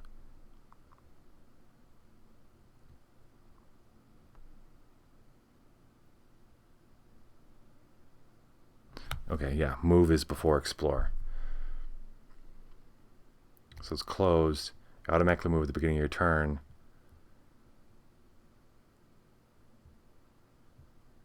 Okay, yeah, that's what's going to happen. So this closes. They all head back to the base because Linny isn't feeling well. She's wounded and plagued. Not necessarily by the blood veil. She's got a disease from the rare rat. It's not the blood veil. Don't worry. So they head back to base, to the headquarters. Once they're there, Hakon says, look, we're going to head out to the docks to investigate this boat. Meet us there when you can, he tells Lenny. And Fumbus goes too. So what's going to happen is we're all going to go to the base, start our turn at the base, but Fumbus, this is Fumbus's turn. Fumbus is going to leave with Hakon to the docks. Technically, because of the gameplay, Hakon is not going to be there with him just yet. So what I want, this plague thing doesn't happen at the start of her turn. It doesn't happen. It only happens to local characters. So if these guys are gone, they're not local. She can use the base to heal and then come back and meet up with them. The docks. Now this is the river docks. So they go out to the gate. They head back to home base and they come back to that side of town. They head out through the gate to the docks. Lot less extravagant, these docks and the river, than they are on the ocean. But the people who work them, it's not, you would think they were just as important, obviously. When you would fail a check, you may suffer the Scourge Exhausted to reroll. Okay, that seems to be happening a lot tonight. To close your guard, succeed at a Strength, Constitution, or Fortitude check. Okay. All right. Let's do it. I drew his. His was when you would discard a boon to bless a Strength or Constitution check, you may recharge it instead. Okay. Right. Ghoul. So, we had talked about it being mid-afternoon when they had gone down into the sewer, the tunnels below the fishery. When they get out, they get back to home base. It's starting to get night. It's starting to be night. What possesses them to go back to check out this ship? I don't know. But that's what they're doing. And when they get to the docks, a lot of the people who work the docks are gone. And there's no ships at the docks right now, the river. So they're going to figure out where this ship might be. This seems like a terrible idea. Terrible. Because things that nobody likes to stay outside the city walls at night because of this action. Things that come hunting. All right, immune to mental and poison if undefeated. Either banish an ally or suffer the Scourge dazed. And that is a... Holy crap. So that would be a 15. That's a 15. The adventure number is 2. Alright. Fumbus is going to display False Life. When you would suffer damage, banish to reduce it by 5. And then, what else can he do? Can he void this guy? No. He needs some cards. Wait. What are these? Oh, that's Lenny's hand. Okay. Oh, boy. What you gonna do, buddy? He doesn't have anything fancy like she does. Oh, I can use the Blast Stone as a local combat check. On local combat check, banish to add 2d4 in the fire trait. All right, so we're gonna use D10 for combat. Use his dexterity. We're gonna discard a blast stone. This thing takes him. He was not expecting to find this kind of thing, and he went ahead. I would say Hakon's with him because fictionally it makes more sense. As they start looking through the docks. So what's their game here? They're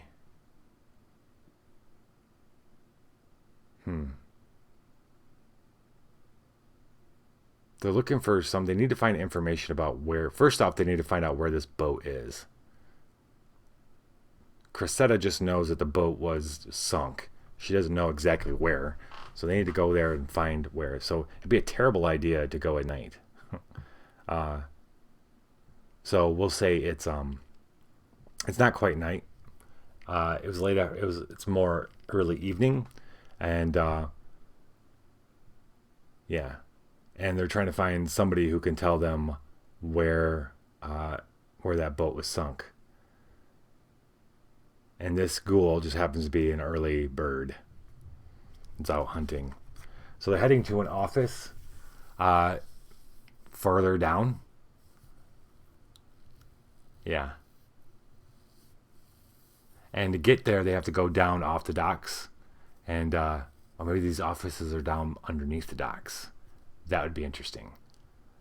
And as they're walking to it, this enterprising ghoul comes out of the dark, slithers out of the water. I see this being like a ghoul on Witcher. Anyway, all right, so it's a D10, and he's adding 2d4 fire. And he's adding the fire trait, which means he gets to add a d6. Yep. And then he can discard a card.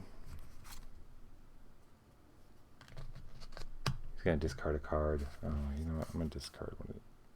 No. Discard a card to add 1d4. So I got 16, 9 is 25, 25 and I did 15. So still.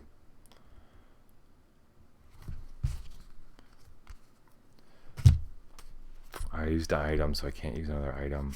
I didn't use a spell, though.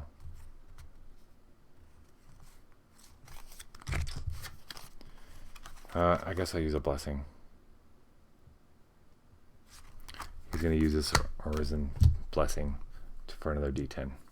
So here we go. I cannot roll ones.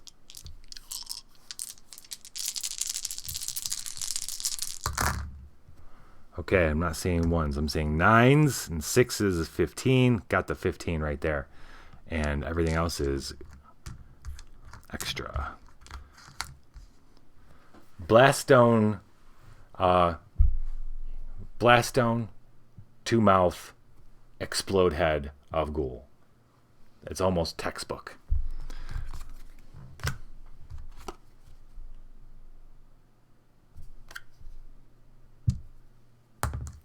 And he keeps the blaststone, recharges it.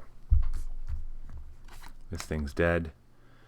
That was, he has got one card left, so we're going to draw up to 6, 3, 4, 5, 6. Finally. Back to having good cards. Passing the turn to Hakon. Also at the docks. The hidden truth. The first time you examine this turn, heal 1d4 minus 1 cards. Oh, really? Don't mind if I do. The first time you examine cards. Oh, can we examine cards? I got nothing for examining cards. Dang it. All right. Wanda Force Missile. Intelligence and Arcana. Gotta roll a 6 here. Holy crap. Wow. So, Hakon just happens to be looking in the right direction. And he sees something in the weeds that looks not like a weed. Sure enough, someone had dropped this. Maybe in a hurry or something. Maybe they didn't know how to use it. He does. Or at least one of these do. Arcane. This would be Fumbus. It's like, you use this? He gives it the Fumbus. 3, 3, 4. He's gonna draw and pass the turn. Okay, it is Lenny's turn. She is at the base.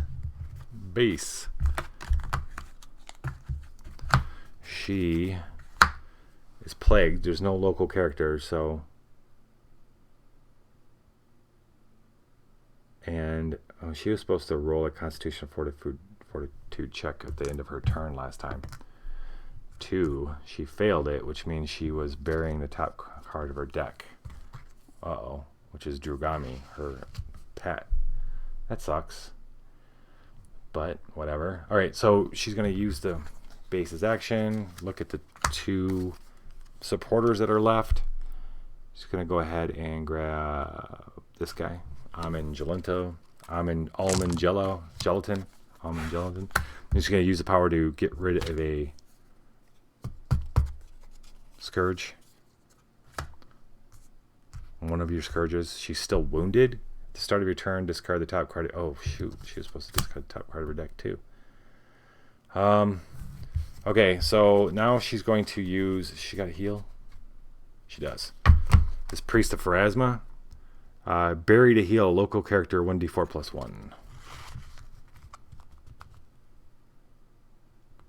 Oh, this was her check. I didn't do this. On your check, if no boons are played, it's blessed. Okay, whatever. 1d4 plus 1. 3 plus 1 is 4. Awesome. 1, 2, 3, 4. And that heals her up completely. Gets rid of the wound scourge, and she's ready to rock and roll. And she's got a buddy. Or supporter.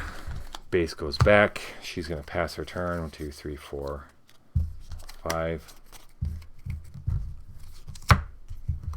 And pass her turn to Fumbus, who is at the docks with Hakon.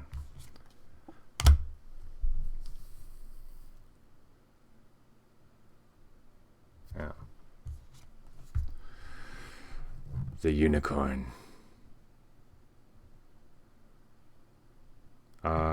Your check to acquire is blessed. All right. I need to flip this.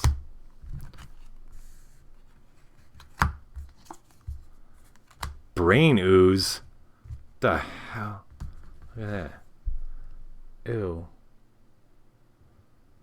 Immune to mental or poison. All damage is mental damage that may not be reduced. If undefeated, suffer the scourge frightened. So they're learning really quickly that you don't want to be wandering around the docks, especially underneath the docks in the early evening. It's a freak fest. All right, we don't want to undefeat him. He's only at 12. So as Fumbus is admiring his handiwork of blowing up the ghoul, he hears Hakon say, "Hey, can you use this?" And he looks, and there's that. He tosses the wand. He's like, "Yeah." And just as he does that, he sees something in the corner of his eye, and coming out of the bushes near the water, it must have been hunting the ghoul. Maybe is this floating brain thing. Ugh. Yeah. Is it oozing? Or is it, I imagined it was floating, but it actually comes oozing out of the weeds. Oh. Smoke bomb. Smoke bomb.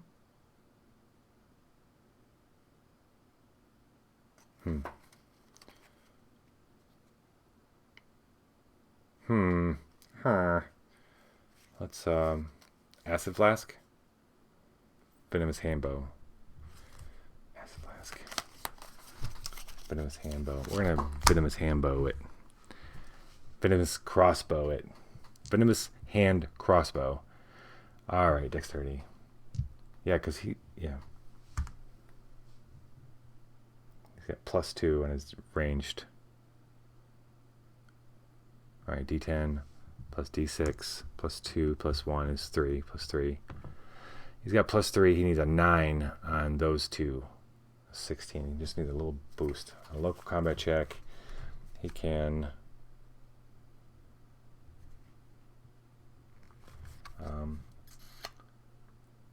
Discard or recharge alchemical. We're going to recharge the smoke bomb. Add 1d4 and a 1d6. We're adding fire. 5, 10, 11, and he only needed 9. Quick as he can, he pulls the crossbow and sinks a bolt into this oozing brain thing. Easy peasy. Lemon squeezy. Alright. 1, 2, 3, 4, 5, 6. Do I spend... Okay, how are we doing here? We are over halfway into our thing. We have... To let you know, this is the one of 3 locations we have left. With this and 2 more. So we need to get through this. So he's going to discard to explore. We need to find whoever might be in this office. Hey, is it safe out there? Is it safe out there? I'm not coming out unless it's safe. So they get to the door of the office, and this guy stayed a little too late. A little too late. He knows better. Because this is like high time when the ghouls and the brain oozes start coming out of the woodwork. They came out a little early tonight. And so through the door, he's asking Lenny, our phone bus, if it's safe out there. Strength, charisma, diplomacy. Strength, charisma, diplomacy. Well, that's a good question. Hack on.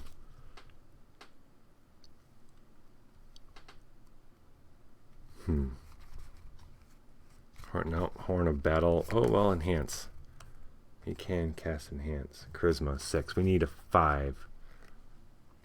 I don't know if I want this guy that badly, but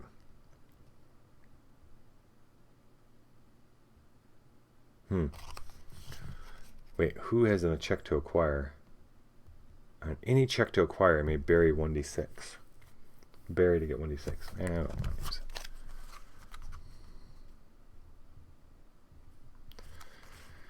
Oh.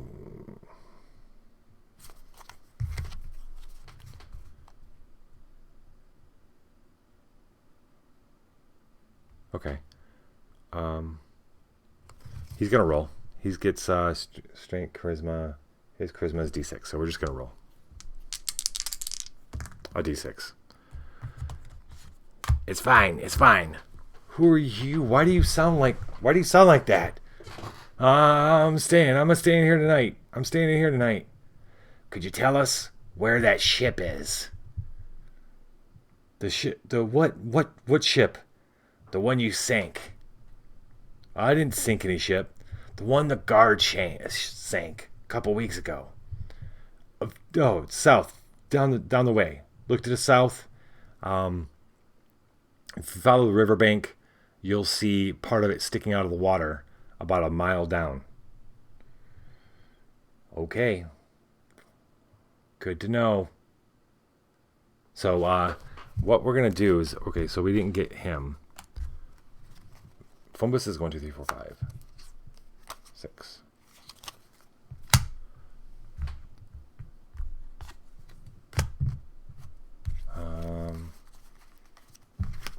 He needs a heal. I gotta remember to heal him. Hakon, beginning of Hakon's turn, we're leaving the docks. And we're heading to the river to find that boat.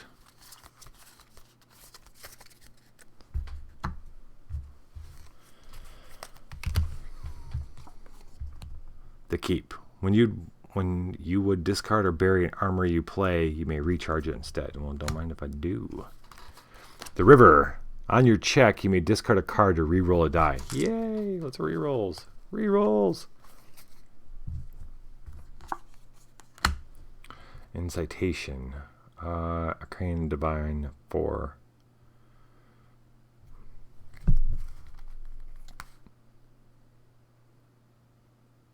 Ooh. I'm going to use Enhance. I would like to have that blessing. He's going to cast Enhance to add, using that skill, add 1 plus the adventure number, which is 2. So I add 2, or 3. Really, I just got to roll a 1, and I have that blessing. And that was choose a skill, arcane. We're going to go ahead and discard this to explore again. Oh, man. Hello, snaky snake. He sees a snake go across his path. He immediately thinks of Lenny and hoping she's okay, and hopefully she'll be able to meet up with him soon. Maybe he can convince this snake to stick around. All he's got his wisdom's D4. And he just watches it go. That's all he can do. 1, 2, 3, 4, 5.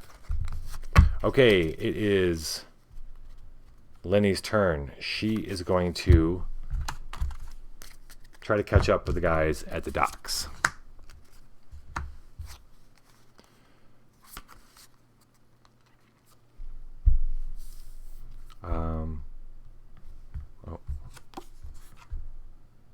When you acquire a boon, bury it. Oh. So the moment she gets to the docks, she's accosted. Oh wait, no. This is not that anymore. This is this. Bloodveil.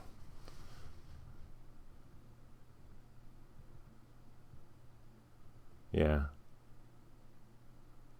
So maybe that plague she had was, well, she'd be dying if it was Bloodveil. When she gets there, it's getting to be darker.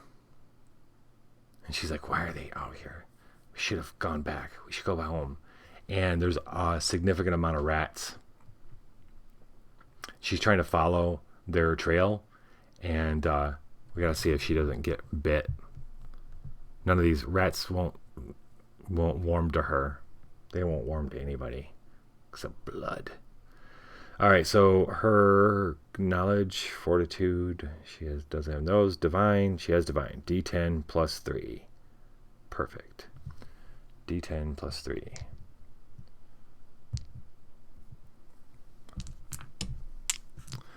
I don't want to roll anything else. D10 plus 3. Confusion. Alright, so as she defeats this, she's going to be able to close. And when she closes, she needs strength, constitution, or fortitude. Her constitution is D8, and that's going to be, she's going to need to make a 7 on a D8. Okay.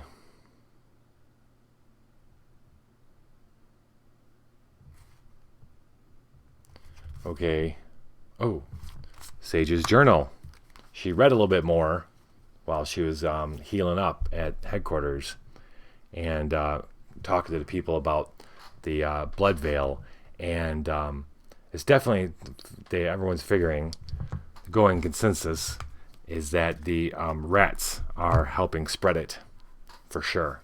They don't know if they're the cause, but they don't know where the source of this is, but the rats are definitely helping spread it. So she's going to use that information to avoid the rats. That adds a 1d4. Sage's journal is actually pretty useful. D8. And then she's got plus 3. So she only needs a 3 on these 2 dice. She needs to be... Holy shiza. Dude, what the... I need a reroll. I need this reroll, man.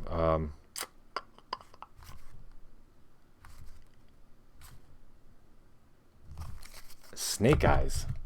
Snake eyes.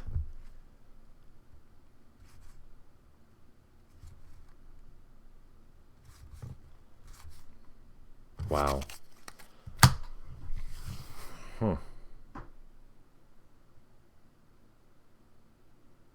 Seriously, dude, how do you roll snake eyes?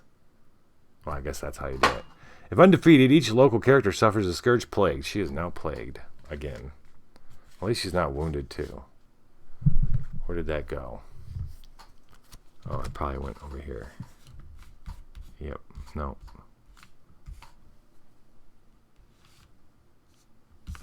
Maybe not.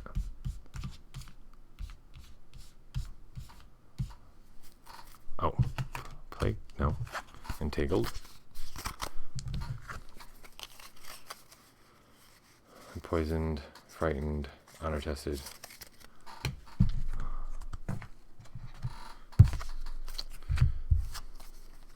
Huh. Where did I put that? Well, oh, man, I gotta find that card soon.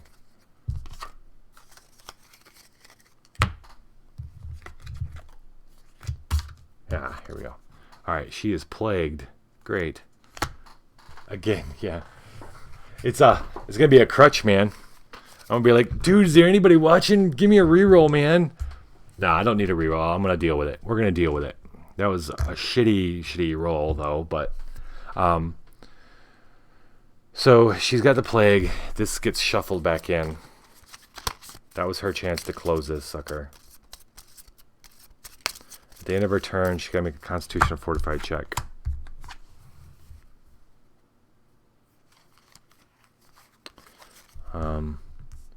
Three. She gotta make a 5. Her Constitution is D8.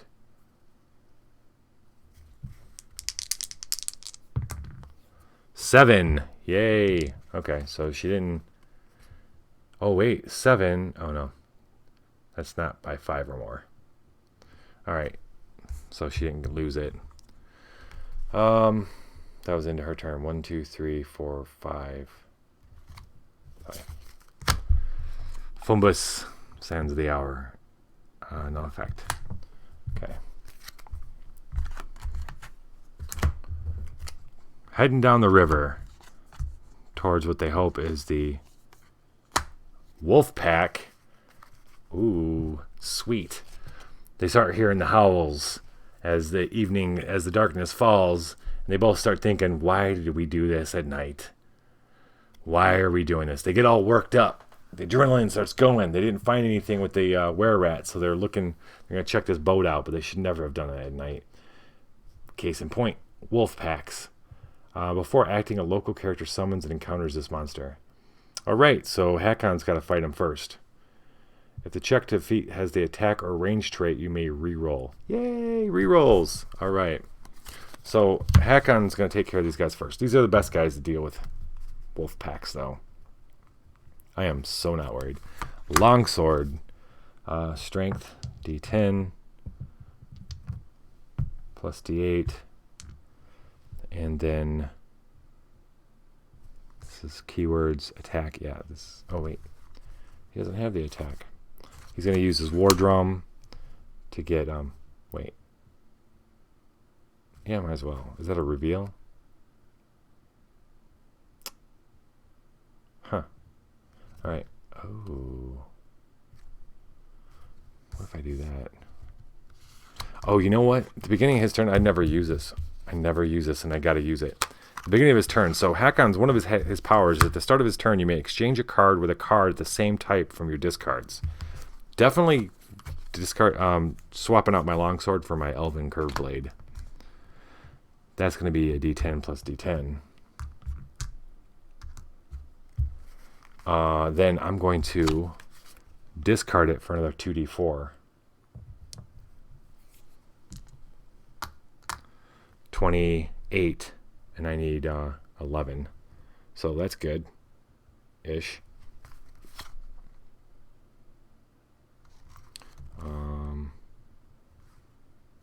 All right, so this is that plus my strength, which is 2.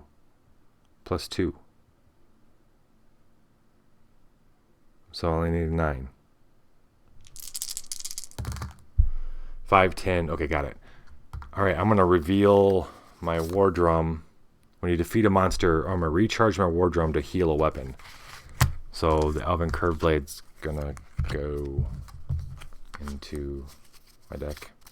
That kind of sucks, actually. I like that combo, but now the Curved Blade's not in my hand. But the wolf pack, okay. So anyway, he defeated the first couple wolves. Hakon slices them down and they come roaring out of the woods. But Fumbus has got to finish off the other couple. And yeah, he's going to use his flaming shortbow. He aims and says a little word of power that lights the flaming shortbow. lights the arrows.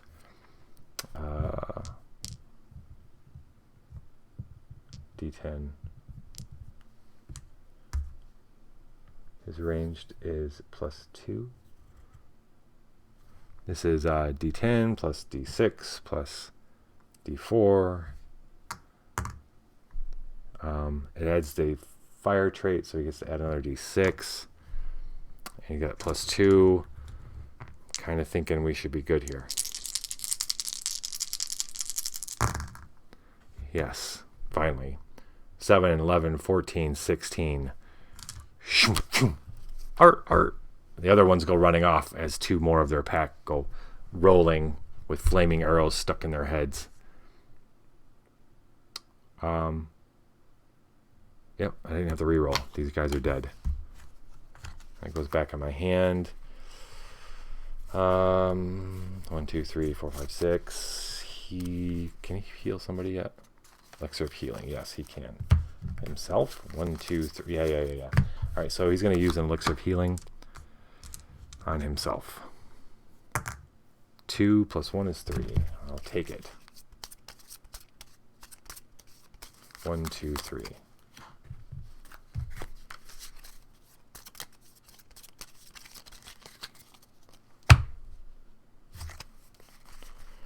2, 3, 4, 5, 6. All right, and then he's going to succeed. He's going to succeed. Yes. Recharges the elixir of healing. Okay, that was Fumbus's turn. Hakon, the Mute Hag. Oh, this artwork's cool. At the start of your turn, summon and counter a spell. Really? Okay. Acid Arrow. Let's see if Hakon has a moment of clarity and realizes he knows how to cast something.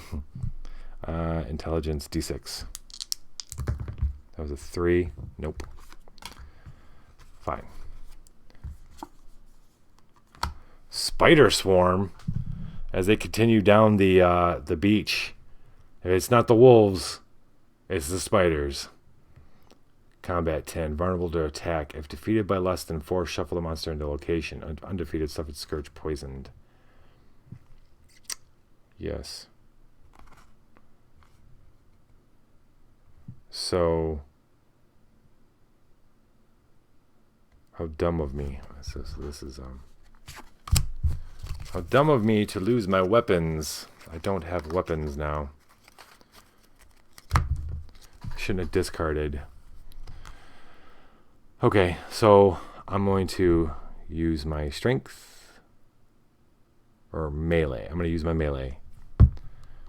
D10 plus 2, and then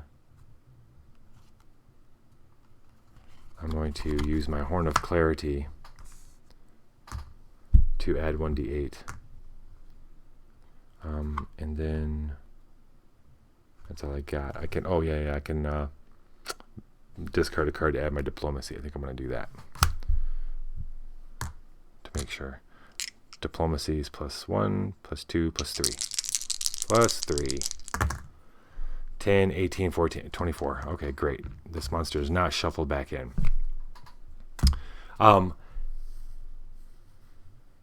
They're not that large, and as they move, they find a large patch. They're moving down the bank of the river. They find a bunch of webbing, and he starts tearing through the webbing, and it's pretty close to the water because the spiders come down and hunt the fish. And as spiders start coming down the webbing, he just since he's using melee, he starts singing. Actually, he starts singing a spider hunting song his grandfather taught him, and punching the spiders out as they came crawling down, grabbing them, throwing them in the water, punching them. He's never been afraid of spiders. He doesn't have anything else to. He's gonna have to pass his turn. All right, Lenny, you need to each other. Okay, she doesn't. She's by herself at the docks. which is good because she's plagued.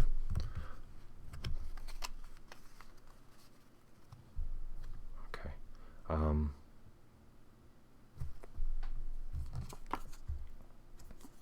No effect. We're running low. Frost longbow. Shit.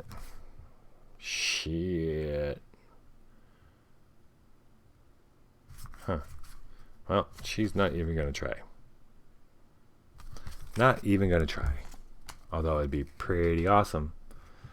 Don't want to search again. No, I need my... Well, I don't have a whole lot left.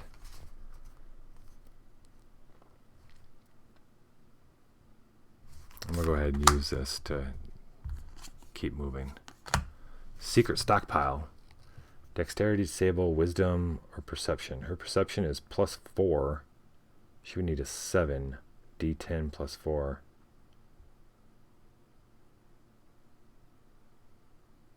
Huh. Oh, wait. Hold up. No, of course. She's had a card that would help her with barriers like this whole game and until now.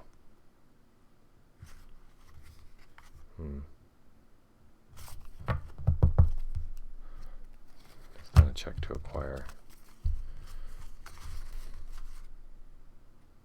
No, not local.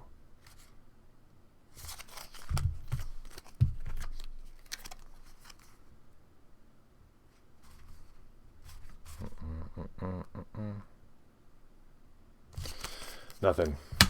You are not helping at all. If undefeated, you may banish this barrier. Alright, well, she needs to roll pretty high. She needs a 7 on a... Yeah, 4. She did not find the secret cache. That's okay. That's okay. 1, 2, 3, 4, 5. Alright, Fumbus. Sands of the hour. No. Heading down the river. Looking for that friend. Bastion boots. Recharge to move. You may not use this power during an encounter. Dexterity, acrobatics. I'll roll d6. Dexterity is +1.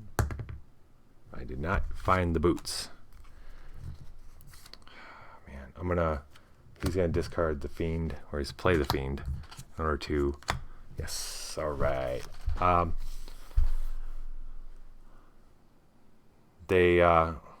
Well, we'll see.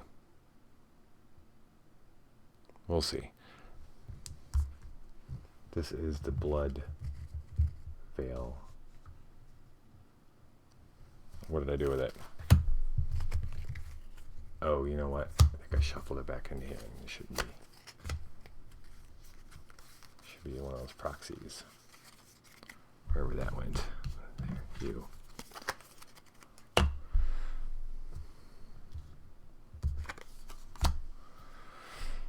He's got the wolves were infected with it too. He's got wolf blood on him. Let's see if he gets Constitution Divine, Fortitude. His Constitution is D8. It'll have to be D8. Anything that's not, none of that's combat. It is a barrier. Wait.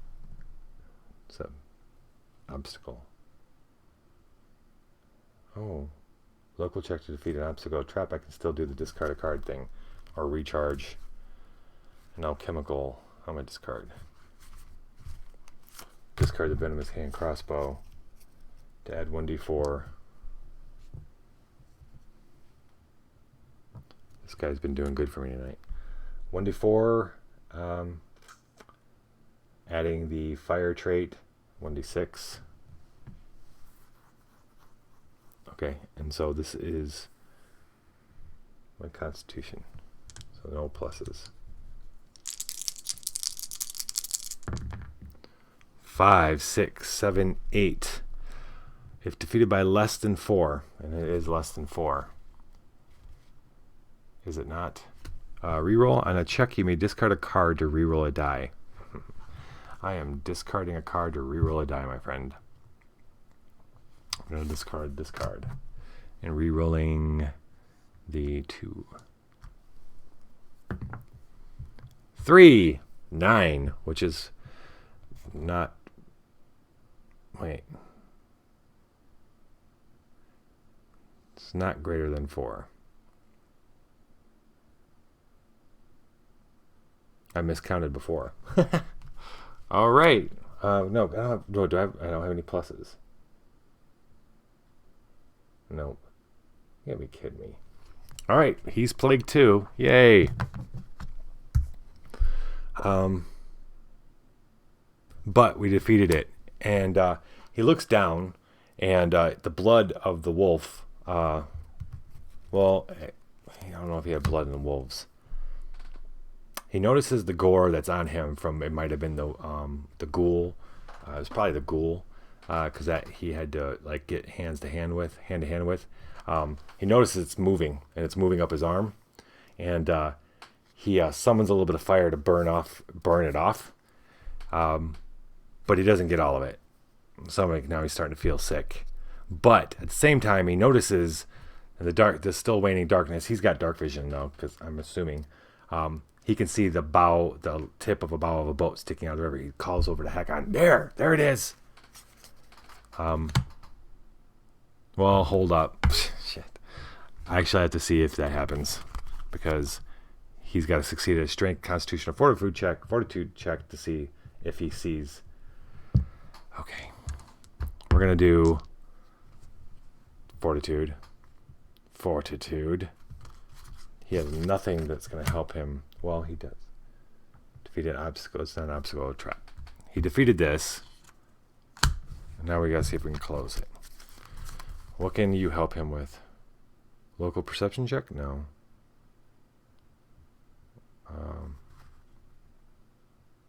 Local combat? No. Local combat? No. Man. Local strength check? Maybe he should do strength. His strength is D6. Hakon could help. I need a 7. All right, so Fumbus's strength isn't too bad. It's a D6. And then Hakon can help with a local strength check by burying a card from his hand, or discarding a card. All right, we're going to discard. He's got a battle axe now, so I don't want to discard that. I'll discard the lookout. To add his diplomacy die, which is +1.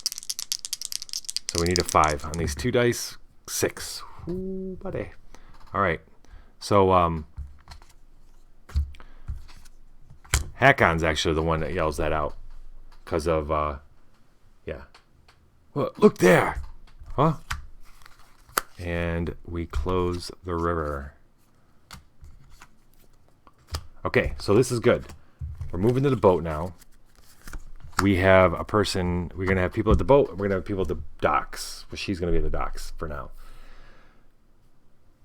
And so if we meet the big bad guy here, and it is here, then she can close that. We can finish this.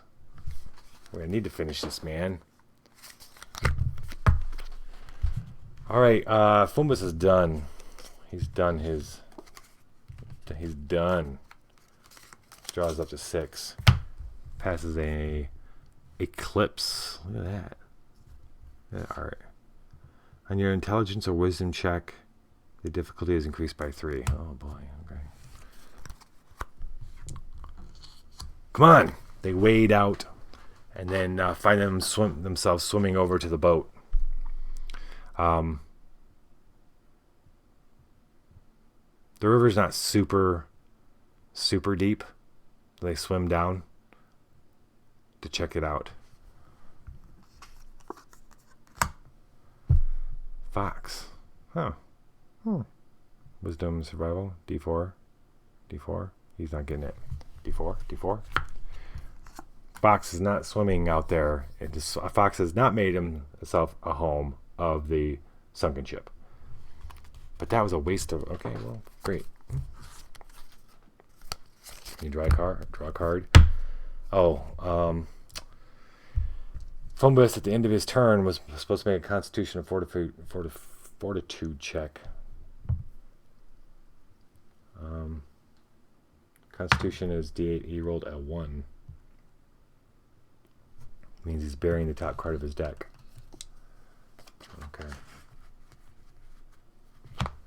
Okay. Lenny's turn. Did Lenny make her Constitution check last time too? I don't think she did. She should have buried the top card of her deck as well. Okay. Great.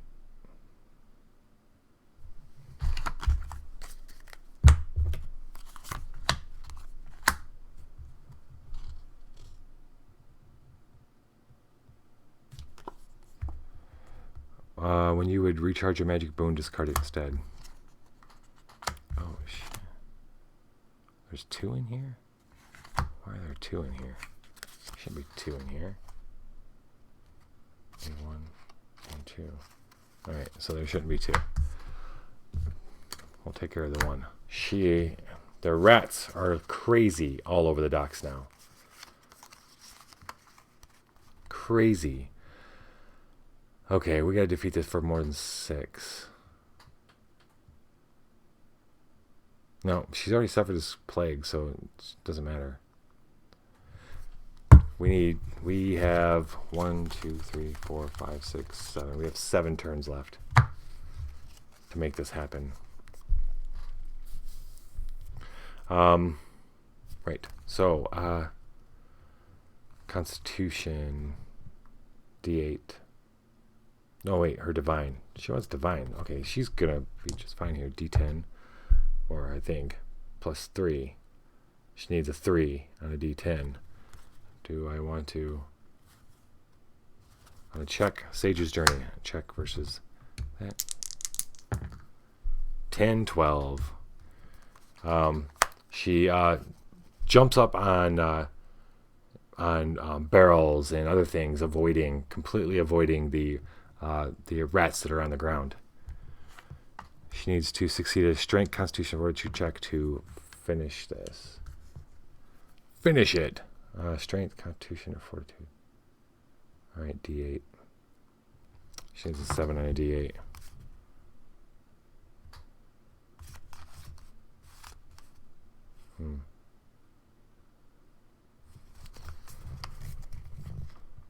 Okay.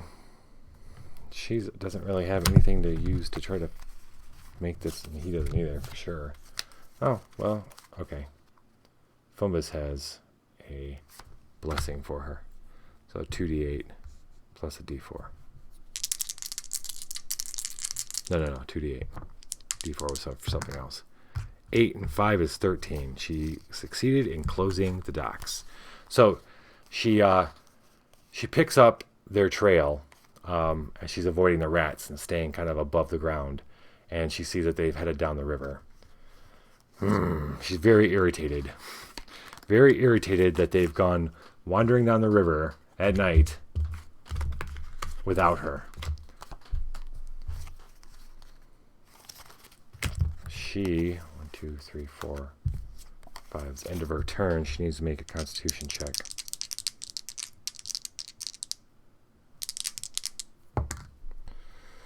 Doesn't make it. Buries a card from the top of her deck. That's his, that's hers. But she is no longer at the docks. She starts heading down the river. Oh, wait, what's happened here? Did the river really only have 2 cards left? I have 1 card left? Oh, wait, they closed the river. She doesn't head down the river. They're all at the boat now. She gets down there in time to see them waiting to the boat. That was the end of her turn. It's the beginning of Fumbus's. We're at the last location. We've only got like 6 turns left. When you would discard a boon to bless dexterity or charisma check, you may recharge instead. Okay, thank you. Exploding ruins. So as they get swim down to the boat. There's door to the captain's cabin, and a door to going down, and a couple doors, but all of them have seals on them, runes on them for some reason. Fumbus needs to figure out how to unlock them. When examine, this is not examine. If you have perception skill, the difficulty of defeat is increased by. Oh, he does not have the perception skill. If undefeated, suffer this. Okay, so disable is 8, 9, 10. He gets a D10. Arcane and Divine. His Arcane is 8 plus 1. We need an 8 plus 2. No, 6 plus 1. No, 6 plus 2. 6, 8. Right. What is this? Trap, Magic, Veteran. No.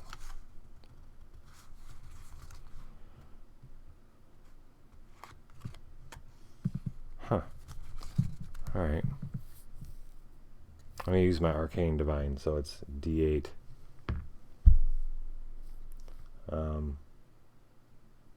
Plus 1. And then I'm going to use an Acid Flask. He's going to use an Acid Flask. I don't know how that works underwater. We'll see. We'll see how well that works underwater. It's going to add 2d4.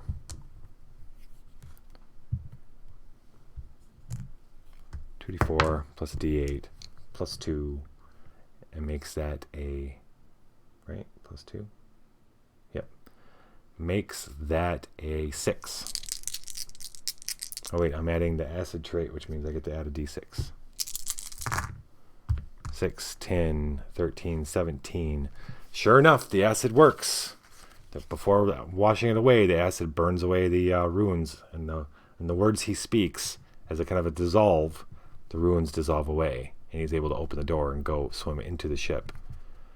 When he goes inside, and Hakon's inside too, he closes the door because the water's rushing in.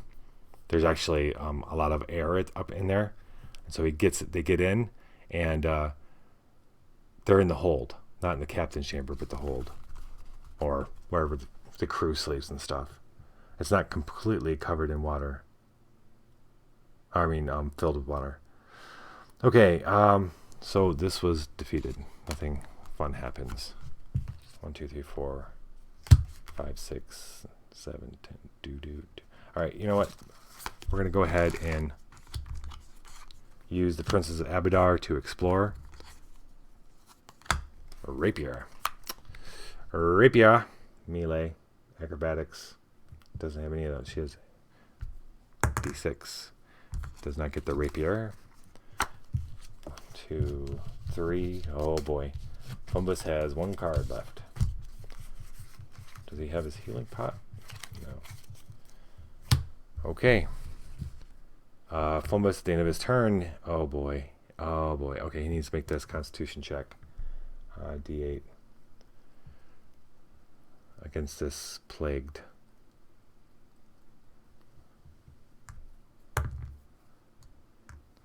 Five is not enough. It's got a berry. Oh, he's played. Oh, well, now. He's all right. He has 0 cards in his deck. If I go to draw, Fumbus is out.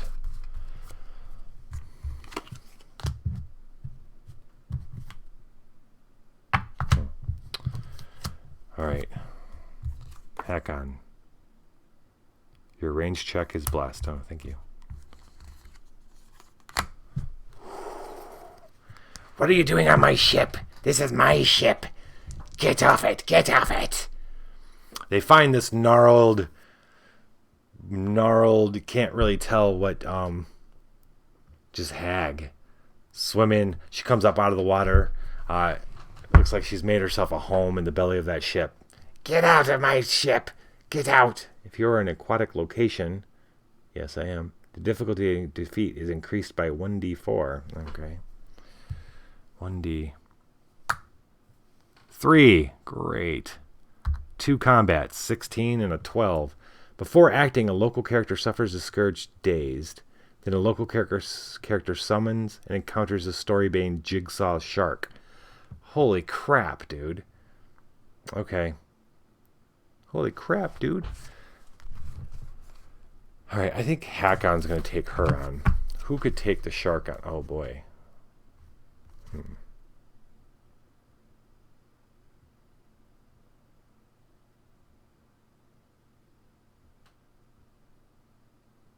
So, alright, so I'm going to have Lenny encounter the shark, but then she's going to cast Confusion. So the shark comes bursting out of the water next to the, she screams, attack! And it comes bursting out of the water. Lenny's right there with the right words to compete, and it lands on the deck, kind of goes like, and it lets itself sink back into the water. Not sure what to do. We evade it. She evades it.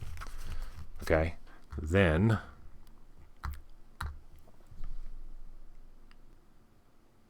someone's got to get dazed.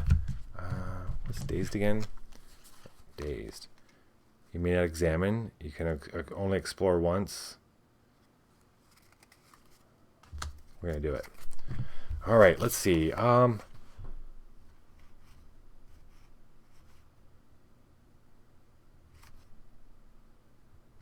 thinking.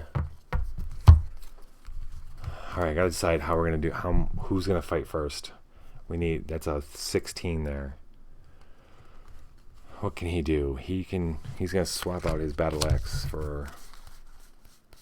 Oh no, that sword is in there somewhere. Never mind. Battle axe would be strength and melee, D10 plus a D8. Ditch the battle axe for another D8, 2 D8s. And a D10. On your melee combat check, freely recharge to reroll. Oh, I can reroll the light shield. I can use the war drum. I can use the horn. Okay. All right. So that was that. And she recharges that confusion spell. All right, Hakon's going to take the 16 on. He's going to do a battle axe. That's D10 plus D8. I'm going to discard it to get another D8.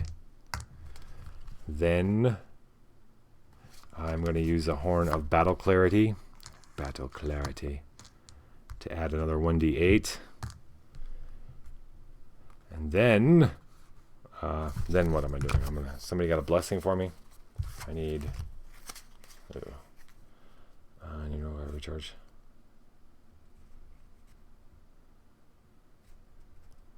Huh. Oh, no, it's distant. Alright, he's going to throw his blast dome. No, it's another item. I can't do that.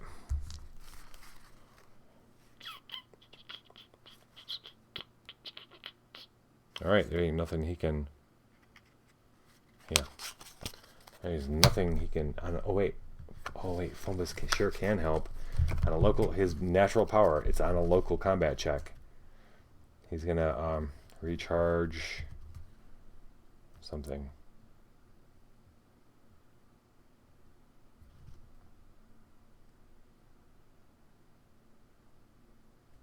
Wait, why am I not... Oh, it's because of another item. Right. Right. I'm going to recharge this. Oh, I want to recharge. Yay! I'm recharging to add 1d4 to this roll. Okay. We got a bunch of dice. I need 16. I can re-roll. Wait. On a local strength check, you may bury a card from your hand to add your diplomacy. Yes, we want to do that. Or discard a hand. We're going to discard this card to add another d8. We got plus 3. Okay. I like that. 7, 14, 19. Yes. Okay. So Hakon's the first one. So she comes out of the water. Get out of my home! Attack! The shark comes out. Lenny casts a spell. It goes back in. She's a little disheartened watching it go back in, and she screeches out in rage. But Hakon's right there and swipes with his axe, his battle axe. Here it is. Blowing that horn as he goes. That's discarded. That's recharged. And she's taken aback. She falls down in the water. And I think what we're going to do is Lenny is going to jump in the water, taking on... She's going to take on some aquatic form. She's going to kill the witch in her own element. Lenny is going to recharge an animal ally to add survival plus 1d4 plus the card's level. Wait, what was the card's level? 0? They're all zeros. On a local check that invokes the animal trait at 1d4. Sure, I sure will. And then, so that's plus 5. So the next, she needs a 4 on these 3 dice. Just a 4. Does anybody have a blessing? No. Does anybody have any way to help her on a local strength? Oh, here we go. On a local check against a monster, you may bury. Okay, he's going to do that. The light shield to add his diplomacy die. All we need is 4 here. All right, 9.